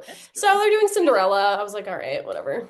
Yeah. But what's this lesbian storyline? Is it about the Lesbian. sister? What's her name? Francesca. Lesbian. So, if you don't know, which I think this happens, you've seen this part, Tanya, and if you watch the show, this is a spoiler, but whatever, it's not like Is whatever. she the one who keeps asking everybody what an orgasm is? Yes. So people have said she's like a little bit like spectrum-y type of thing. And like, oh, she's like an introvert, whatever. In the last season, she gets married to this guy who also is very introverted. And I remember thinking, I was like, what a shame for her that her love story was like a side plot in the season. And then it's like a side plot in this past season too, which it honestly was more interesting than the regular plot. I thought last past season was boring. But her husband dies of a brain aneurysm in his sleep. And so during that time, Oh shit. his cousin has come to stay with them. Her name is Michaela. And in the previous season, Wait, in Bridgerton, there's a character named Michaela? Yeah. That sounds so modern. this is why. Like, what? So this has taken a major shift from the books. In the books, his name is Michael. So they've decided to Oh. make it a Oh. queer love story specifically for this purpose, and they just changed it to Michaela. Michaela's Okay, so right. modern. Yeah. Yeah, There's a lot that's of too modern modern. things about the Yeah, show. there are. I don't know why I questioned that, but But in the previous season, it's like you can tell she like loves her husband or whatever, but she can never, they're like fucking all the time. And she's like, Well, she's asking everybody left and right. Her mom, her sister's yeah, like, "Hey, so when you what happens?" And she's like, yeah, "Okay, this makes a lot of sense." yes. And she can Oh. never like orgasm. She's doing a when Harry met Sally, like pretending every time to the point where her husband, he like tells her, he's like, hey, you don't have to pretend. And she's like, okay, I won't. And then it's just like she's not orgasming. And I think like they're gonna do something in this. So they announced this next season. It's going to be it's gonna be focusing on Francesca and Michaela's relationship in the grief of her husband dying, of which it's interesting because it's like she clearly really loved her husband, mm, but I think she's gay. mm, And that's okay, you yeah, know? She's gay. And I think it's interesting because this is the first time that like in the previous seasons, Benedict, who this most season recent season focused on, he was bi and they kind of hint at that or whatever. But this one is going to be like the love story is a queer love story. yeah. And some people were upset because it's not Eloise's Well, story that's yet. what I would have thought was. Yes. I was Which gonna bring that up, but I was like, I don't. Maybe I'm wrong. yes, and not to I'm okay, I'm all for this. I'm all for a lesbian love story. I'm like, let's get this queer story out. But I'm like, why aren't we doing Eloise's story yet? Everyone thought it was gonna be this season, and it's not. Everyone was like, okay, well, it'll be next season, and now it's not. And I'm like, I think like Is she's gonna be like 42 by the time they get to her love story. But I'm curious, like there was some interesting, I was reading online, like people discussing, because Heated Rivalry, you're both big fans, got like is like the biggest HBO show. Golly, I didn't know this. yeah. Yeah. I watched it like I just on a whim. I was like, I'm gonna watch the show, and then I watched it all in one weekend, and I'm obsessed. I still need to get past the next episode. Oh my God, Um, I didn't know that. I think that's when people Yeah, say it gets good, so I need to do that, but it's It's like okay. after yeah. after the The bond. boat has the boat has sailed. You're No. gonna finish this at the end of the year. Sorry, my Wi-Fi is a little wonky, and so Oh, it's like delayed. But you're gonna finish this at the end of the year and be like, I finally finished it. We're gonna be like, oh my God. yeah, probably. Whatever. If I watch it before the next season comes out. But Whatever. people have been saying, I'm curious to see if people are going to enjoy a like love story as much when it's two women. And I hope they do. I hope they do. I think they will. I Yeah. even if just it'll get like like a even if it's like just a lesbian fan base, I think that'll Hmm. still be a huge fan base. Do you Yeah. know what I mean? Yeah. I'm down to watch it. I love like It'll the it'll actress. be women regardless. Yeah. Exactly. And I'm Yeah. curious how they sometimes do like this bending of history in Bridgerton where, they like kind of with like the issues of like race and stuff, Hmm. they like were like we found like evidence that Queen Charlotte was actually like a mixed race, so now like we made this plot in Bridgerton to make it whatever. I'm like I'm curious how they're going to do this with a queer love story in a time where this was like super not Like, acceptable. will it be in secret or will Yeah. they So I'm take creative liberties? they obviously have thought about it and they want to tell the story as they should, and Yeah. I'm very curious to see like how they make it fit into a historically inaccurate and accurate world. Mm. What was your favorite season? Nothing topped the Indian sisters for me. I forgot their Yeah, names. season Kate two. Sharma. Yeah, season two with what's his face? The sexiest man Jonathan alive. Bailey. I love that man. Yes. Oh my He is God. so Because sexy. I hated season one. I watched season one. I was like, this is stupid. I don't really like it. Yeah. It sucked. Also, I was telling when we talked about the Bridgerton episode, go back and listen to our episode. I was like, now they don't even acknowledge that sibling and her husband and their apparent They child. said bye. They never even, Disappeared. yeah, like whatever. But I think like I like that Bridgerton does these things. Like they're like putting people of color at the forefront. Now they're putting like people like of on like sexual spectrums at the forefront and making it okay historically. And I think like I hope it's one of those things where they don't make it like, where it's all about like, okay, this is a queer story and it's about like how tough it is and how sad it is. I hope it like Mm. is really about like like celebrating. the love. Yeah. You know what I mean? Because I think like they do that really well. Yeah. Like even with Benedict, who's like bi, and you know, he like tells his now wife, whatever, he's like, I've like been with men too. And she's like, I think that's great. And I'm like, I think because I've heard from people where they're like, I would love to see a love story that like represents like queer relationships and love where it's not all about like how am I like all the bad stuff. Like I just wanted to like really emphasize like Yeah. That was love. why people loved Heated Rivalry so much. Yeah. At the end of the day, it was like a very That is what people loved about it so much is there was no AIDS, there was no rape, there was Yep. no tragedy, and like they do actually come out. The episode, you haven't gotten there yet, but episode 5, Molly knows what I'm talking about. Oh my God, I sobbed. Oh. It yeah, was so nice. that's what I love about it. It's wholesome. There's a little bit of like, because he's from Russia, so there's obviously it's a little bit there's Yeah. some conflict, Mhm. and he has to hide it a little. But other than that, I would say it's actually like the show is more wholesome than I expected in terms of like there was really no drama. Yeah. There's a little bit of drama, but yeah. So I see what you're saying. I hope Bridgerton does that too with this relationship, where it Yeah. can just be about their love and not all about like hiding and Yeah. which would be historically Inaccurate, but I think it's okay because it's not necessarily a show for historical I accuracy. think Yeah, we're not doing like a Wolf Hall type of thing here. We're Yeah. we're just here for the vibes. Yeah, give us the good stuff. Yeah. Yeah. But anyways, well, I think that's like all we had for Tonya today. Love it. This Thank was so fun. Thank you so much for having me so fun. on. And this was so fun because I was literally just finishing it. This was the perfect little reprieve. And now I'm going to finish out the last tragic 20 minutes of love story. So thank you. It does make you really upset. Yeah. So good luck. Great. I'm about to go cry. That's fun. Okay. But anyways, thank you, Tonya. Of course. Bye. Bye. All right, so have you heard about Barbie Dream Fest? No. Oh my gosh, it's so funny. I can't wait to talk to you about Okay. it. Okay, so this just really made me laugh. So there was this convention in Florida this past weekend called Barbie Dream Fest. And it featured an appearance from Serena Williams, and inclusive ticket packages cost up to $500. Wait, Serena, yes, the tennis star. Okay. I don't know if she Serena actually Venus? was there, but it at least was advertised. She hopefully was there. Crazy. Okay. Yeah. Inclusive ticket packages cost up to $500. I think the general tickets were around like $200 or $250. Yeah. Because everyone was like, I spent $200 on this.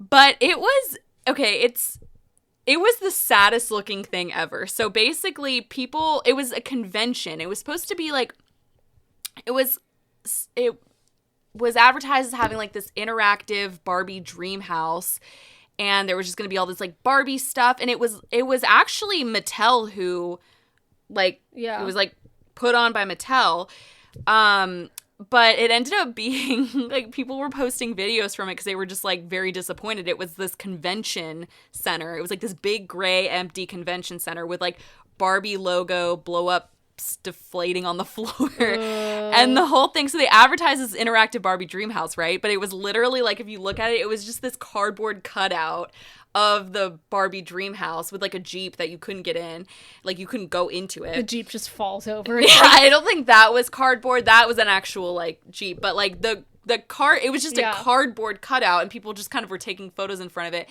And again, it's this huge convention center, so it looks completely empty because like not that many people were there. Like in videos, it looks like no one was there. So it just was like completely sad. And so basically, it was a company called Mischief Management who like put it on, and So like a Harry Potter themed company. So they've done, their thing is like fandom conventions and media. So they operated the event under a license from Mattel. So they were the brand licensor. Yeah. And I think it was a 3-day event, but first of all, I'm just like, who would spend $200 on a ticket? Like, honestly, $200? Yes. And Where so was at that this? point, I'm like, it's your fault, Florida. Okay. But people will do anything for novelty, honestly. But this thing was, so one of the saddest part, I have to show you photos. Okay. Pull it up. Pull up Barbie Dream. You got to see it. It's Okay. the funniest thing I've ever seen. So one of the things was a roller disco. And it was, Barbie Dream. Okay, so This was the big interactive Barbie dream house. What? Yeah. That looks like a child's sad birthday. Yes. And I'm trying to find, there was one photo of this girl just sitting in front of it. It just looked so sad. Oh, scroll down. That one right there. This one? Yeah. Oh. All right. Okay, zoom in. Like, look at how sad this girl looks. She's just sitting there. Okay, like, you can't see it. This, but and so it was kind of promising. You walk in, there's like balloons. Yeah. Like, it's like maybe a little promising. But look how, okay, if you just look at photos of the whole convention and scroll up, like, that's the convention center. It's just so gray. It's so gray. Nothing was there. Like, what's the... Okay, it also looks like no one is there. No, and then, so click on that. That's the roller disco. What? It's just regular floor. It's literally just people, like, in a flagged off, like, little square, like, children just roller skating. I have a question. Do you think people are craving for interactive events so much so that they're like, $200 for a Barbie Fest? I'll go. Interactive and also, like, themed. Like, I think we have this obsession with just, like, if there's, like, a theme, like, a brand attached to it. Millennials love a theme. Exactly. And that's kind of what, it was either children or, like, millennial adults by themselves. Like, you know, just with her. And I mean, I don't want to judge anybody because some people just love Barbie that much, but I just was like, why would you do an pay... American Girl doll one? We would, but I think we would look into... I don't think we would do... I wouldn't pay $200. I wouldn't go to a I'll be honest, if I heard of a convention called American Girl Doll Fest, I don't think I would do that. Really? Because these pictures of them, like, in this in this Barbie box does remind me of us. But we knew where we were going. Yeah, we knew true. that was the American Girl Doll Museum. Look how serious I am. I'm like, no, we knew what we were... we knew what we were getting into. This is like a scam. You know, I gotta judge them a little bit for paying $250 a ticket. Wait, $250? I saw some... So the people on TikTok who were vlogging it said $200. I saw somewhere that it was $250 a ticket. So I don't know what to believe. There's like no one there. Also, but what's the difference? It was somewhere around that. Margot Robbie. If Margot Robbie were like there, I'd be like, sure, okay, $200. I wouldn't, but like you know what I mean. Sure. But this is just... This was a 3-day festival, but honestly... 3 days? Everyone... What are the events? So everyone's comparing it to Fyre Fest. Yeah. Obviously. They always do now. I know, but I've seen some people compare it to the Willy Wonka Glasgow experience. I forgot about that. But I actually don't think it's like that at all. I think that was somehow like artistic and avant-garde a little bit, like where it was just like... kind of fun on its own way, but like this was just advertising as something it wasn't, so I would compare it more to Fyre Fest. You know what they should have done is like if you bought a ticket, you get a special collectible Barbie that it's like you can't get unless you got this ticket. There were a couple's pictures, like look at that, click on that, look how empty that is. That is depressing. Yeah, that's really... I mean, they should absolutely... Do you think... Look at that. For some reason, that photo really upsets me whenever I see it. Like, what is that? Yeah, to clarify, you guys can't see, but this is like pink and white traffic cones with little... This looks like Fyre Fest. I was gonna say, it reminds me of like our dogs like running through... Yeah, I don't know what that like is. Little... Yeah, it's just like a girls running maze through it? with like some arches. But that's supposed to be like a Barbie maze. Yeah. I bet it was. But there's no maze to it. You can see beginning to end. So, that's how it was advertised. The dream house? The dream house. That's crazy. So, explore a larger-than-life version of Barbie's iconic front yard. Okay, does that look larger than life to you? That looks smaller than an actual house. That looks it's not a house. It's a cardboard cutout That's that crazy. people took photos in front of it. But look how it's just so. It's just a horrible scam. I've never seen anything like it. Look how empty that one is. Sad. Boring. That's crazy. It blows my mind.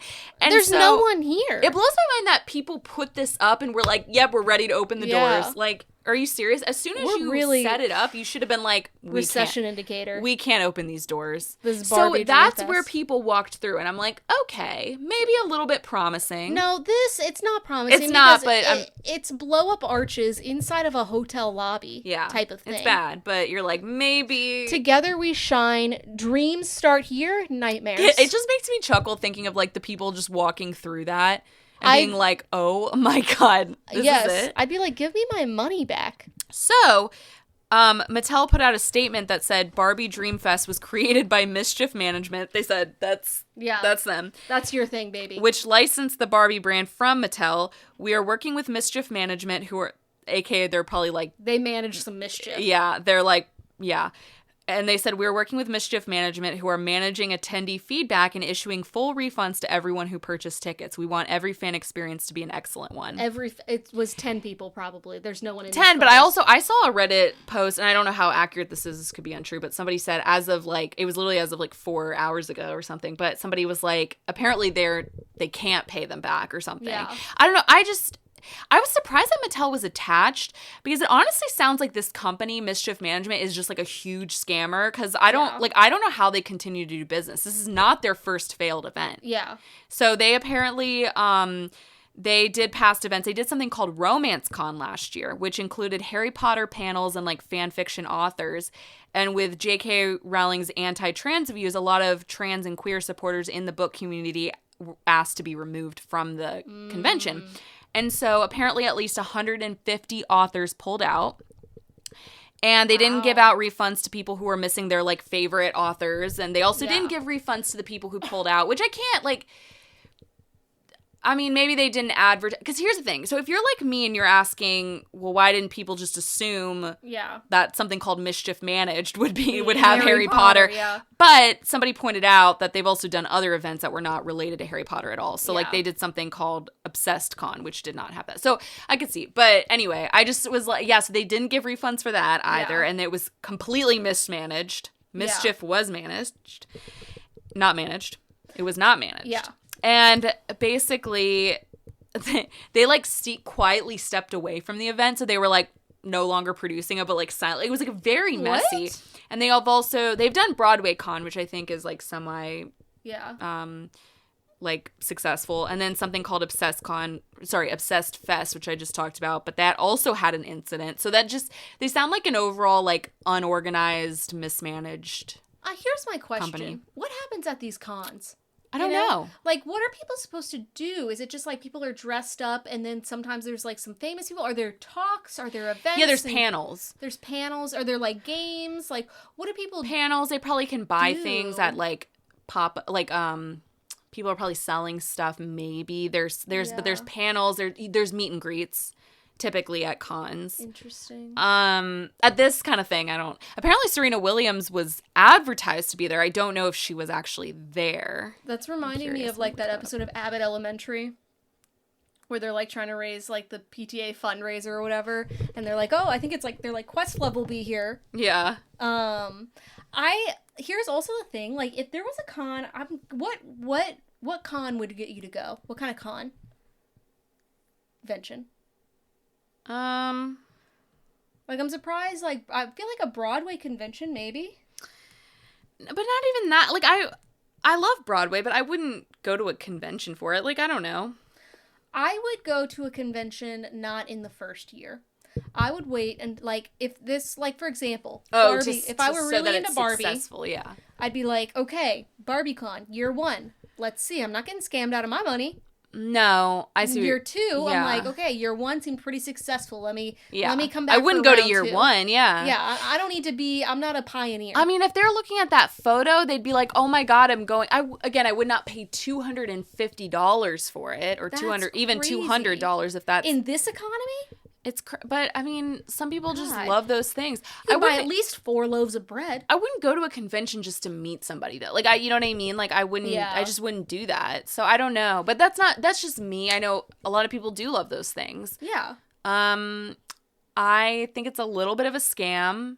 Yeah. And also, here's the thing about those conventions. Like, you know, what was just in Richmond, GalaxyCon or whatever, Comic-Con, like, you're only meeting them for 1 second. You're not even really getting to talk to them. You go up, you say maybe hi, and then you quickly have to take a photo and then get out of that line so the next person come up. Like, there's no meaningful interaction. Yeah. All you're getting is a photo, and you're getting to just stand close to them. And that, I mean, some people, like, if you're a huge fan, that might be very meaningful for you.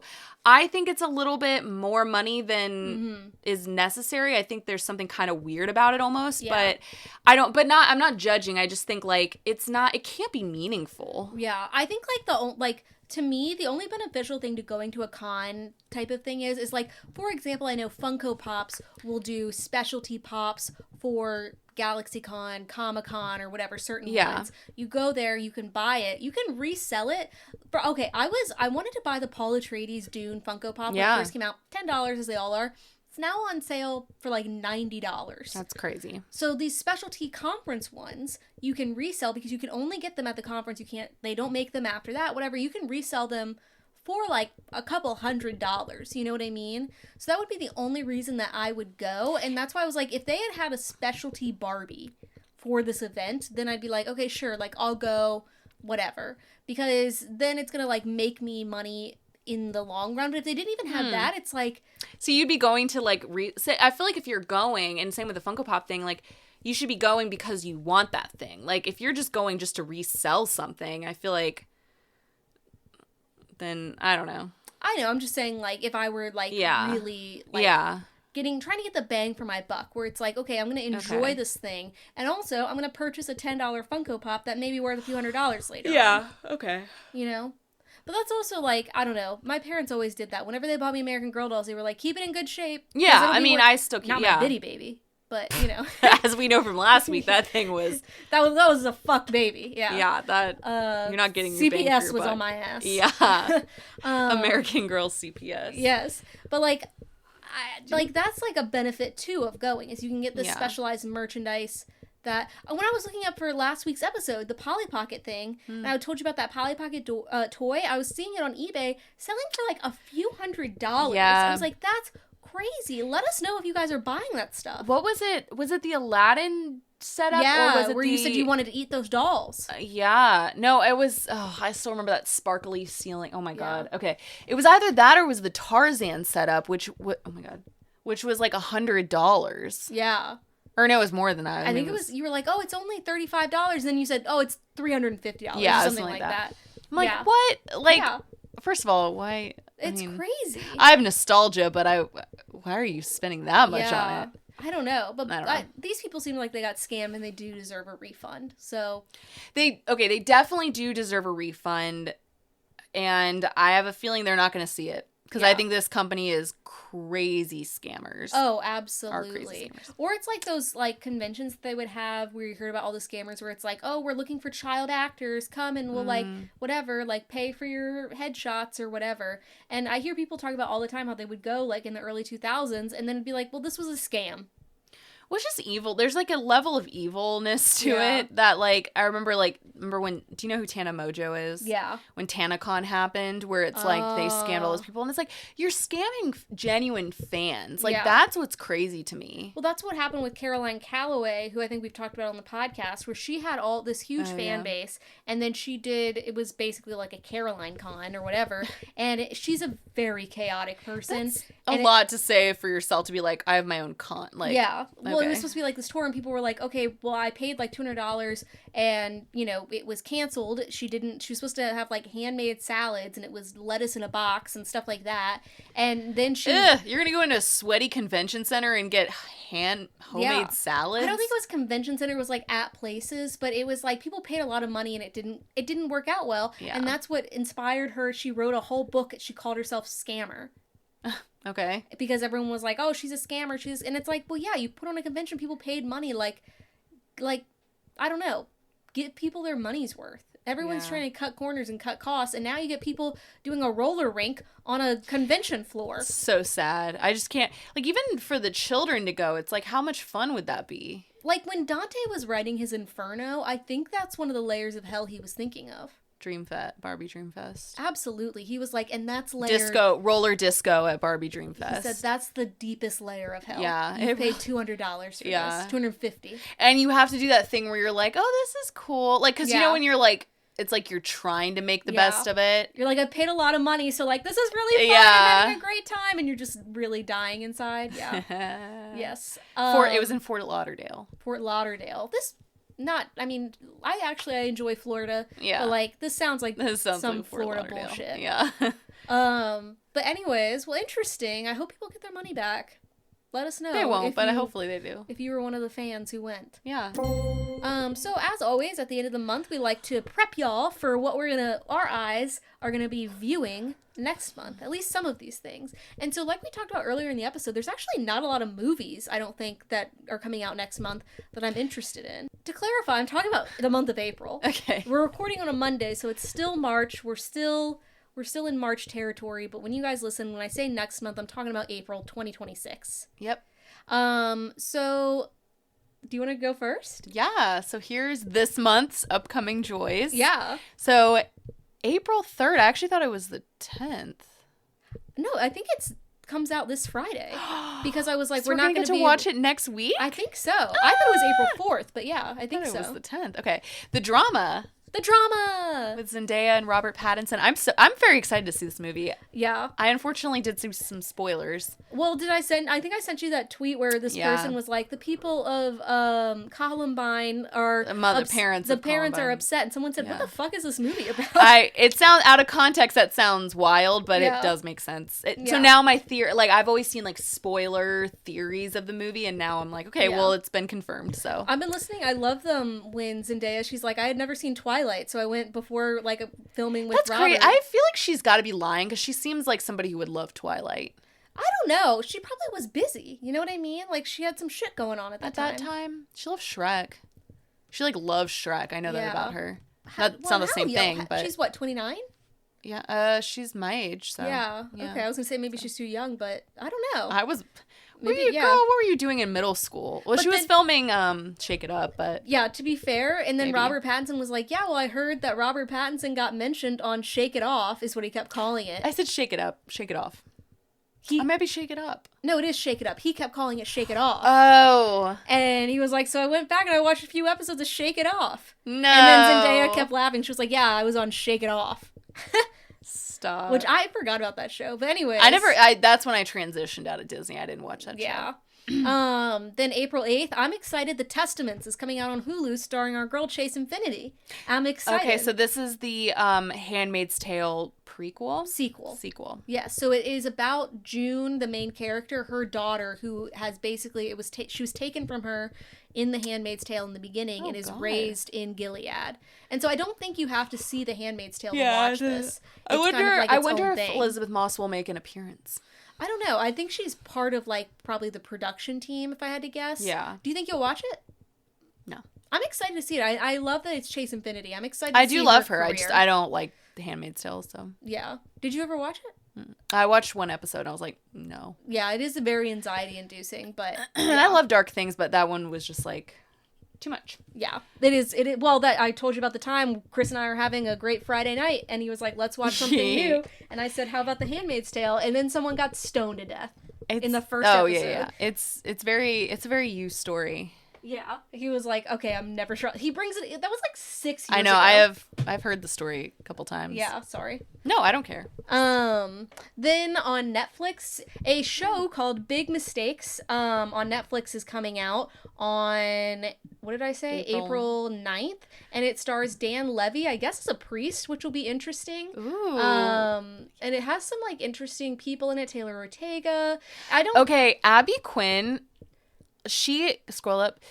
She is down. Okay. At the cast. Okay, Abby Quinn is like a lot of people don't talk about her, but underrated. She is a great actress. I really, really like her. She's always like kind of weird in everything she's in, but I just really like her as an actor. I hope this goes better than some of Dan Levy's most recent work that hasn't been like very well reviewed. He had that movie with I think Kristen Stewart. Oh, I thought people loved that movie. Maybe I'm thinking he had like, or maybe he was in the Idol, and that obviously did really badly. He also was in season Sex Education. Was it season 3? Yes, and his role was kind of interesting. Yeah, but this looks pretty good. It's about two directionless siblings that are blackmailed into a world of organized crime. Okay, Righteous Gemstones. So we'll see how that goes, and then on April 12th, Euphoria season 3 comes out, which I will say I was not, I'm going to watch it. I love my Euphoria Sundays. Yeah. I'm not looking forward to this third season. I think it might be They need terrible. To put it down. They need to put it down. But I saw the cover of it, and it just, the way that it was designed, like, I was like, oh, I'm excited now. Yeah. I'm excited. I will be watching. I hope it goes well, but I also will also be excited if the drama if it doesn't. I'll be honest. Everyone's a stripper in that drama. show now. Yeah, true. Crazy. Which honestly kind of tracks. I don't know the trajectory for some of them. Yeah. I don't know. On April 15th, Margot's Got Money Troubles is coming out on Apple TV Plus. So that's a show starring Elle Fanning. I'm really excited. Oh, it's a show? I thought it was a movie. No, I thought it was a movie too, but it's a series. And I'm really excited because I just got the book this weekend, so I'm going to try to read it before, like, this show comes out. But, my two British podcasters that I listen to love this book. It's basically about, a woman, she, has a child, she's obviously got money troubles, and I think she, like, starts, like, an OnlyFans adjacent account, but her dad is, like, kind of managing her or something. Ew. It's something like that. It's very interesting. It's supposed to be very funny, very poignant. I'm excited for it.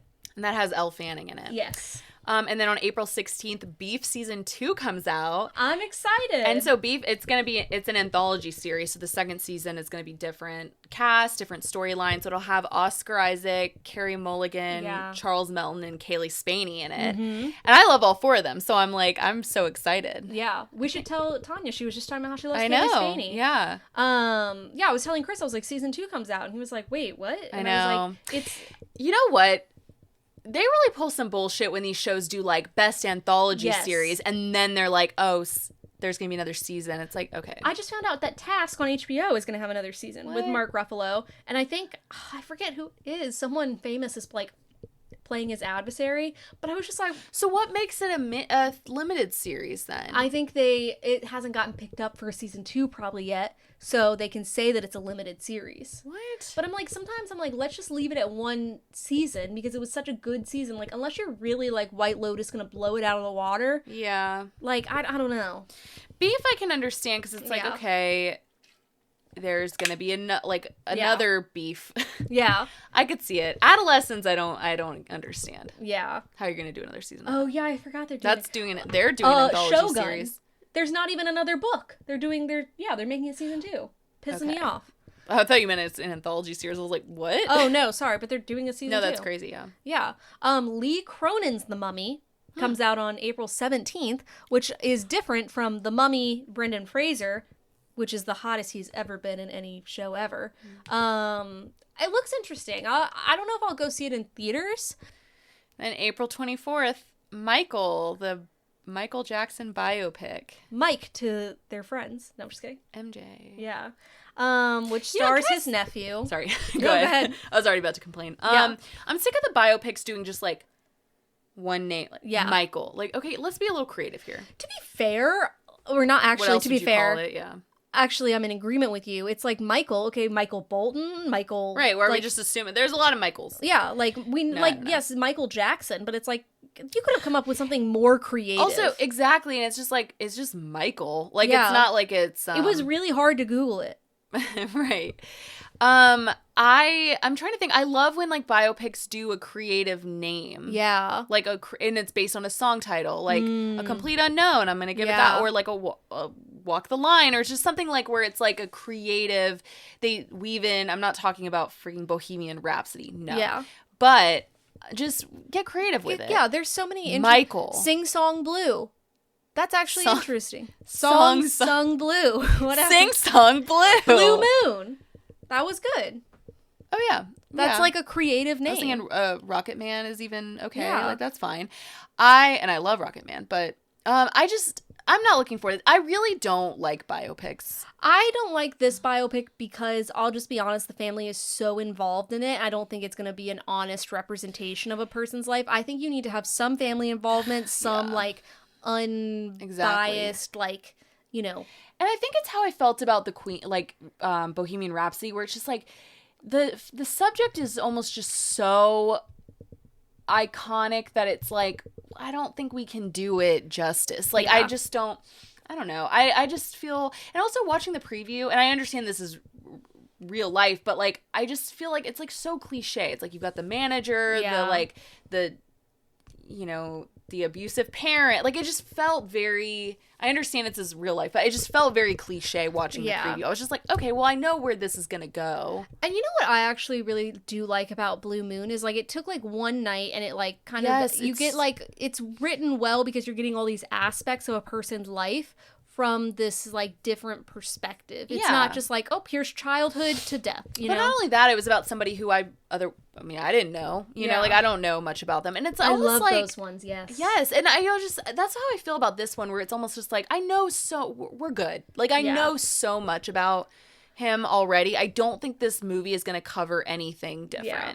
And I just feel like we are in such an era of specifically music biopics. Like, I don't remember before, like, when did I feel like it started with really Bohemian Rhapsody, and now it's just like, and, like, we always had musician biopics, but I feel like they're just really pumping them out lately. They are. That's why I don't like them. When people are like, you don't like Bohemian Rhapsody? I'm just like, no, I didn't want to see. I really did like A Complete Unknown. I thought it was a very good movie, but I wasn't originally excited to see that because I just was like, I'm just done with the music biopics. I wasn't going to see the Bruce Springsteen one. I forgot about that one. I don't think it did very well, we don't need this. Well, I don't care. If it had come out, like, respectfully, maybe a few years. I'm not, like, a fan of Bruce Springsteen, so I just don't. But with Michael Jackson, I'm almost, like, such a fan of his music that I'm like, I don't want to see a movie about him. Like, I don't know. And almost sometimes I like the biopics of people where it's like, okay, everyone that they knew is, like, no longer alive. Like, it's been that much time. Yeah. And I'm like, I think you're getting something more interesting because it's, like, people from today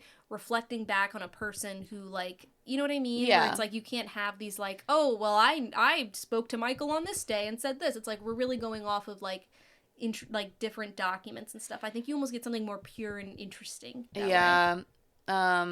Maybe open to interpretation more. It just felt like, I mean, there was just one scene in the trailer where they're like, and who, like, what kind of person, like, who are you, or something. It was just like the way that I was like, this is so cliche. Like, it was almost just like so cringy how cliche it was.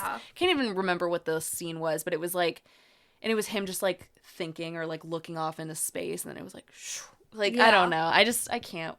I'm not explaining it well, be honest, but I wish it weren't his nephew. I'm like, why are we putting his nephew as him? Like, yeah, that feels weird. Didn't they do a Bob Marley biopic last year, too? A couple years ago. That also didn't do well, yeah. I think this will probably do well, whether it's good or not. I think it will. I'm telling you right now, I don't think I'm going to see it. And that's fine. If friend of the pod, Megan, really wants me to go see it with her, I will see it. But of my own volition, I don't know. We'll see. Yeah. But anyway, so that's our upcoming Sorry. It's our upcoming... Our joys aren't necessarily joys. Yeah, these are our upcoming views. Yeah, maybe we should change the title there. Yeah, upcoming things. Yeah, but we did say joys for somebody else. Yeah, joys... For others. Yeah, something... Anytime you create something, you never know who's going to love it. And that's something important to remember. True. Including this podcast. Yeah, we don't know who's going to love it. We hope this episode is an upcoming joy for you every week. Aww. It is for us. It really is. I think it really pulled both of us out of our whatever moods. I was in such a bad mood. I was in a horrible mood when I came over. And as soon as I saw you coming down the driveway, I was like, oh! I felt like a little kid. I was like, oh, you had the door. Oh, you had the door open, and I was like, huh, like, and then I was like, you know what? It's because Poe was screaming. I heard her as well. She was like, also in a bad mood until I came in. She's always in a mood. She's whatever. But anyways, we hope that you guys share this with your friends. Thank you again to Tonya. If you listened to that part of the podcast, one of our good friends, go listen to our other episode a few years ago, actually now, where we were kind of drunk and screaming on it, and it was great. We hope that you guys share this with your friends, your family, whoever pulls you out of a bad mood. And we hope it's us, but don't share it with us. Share it with other people. Anyways, thank you for listening, and we'll see you next time. Bye.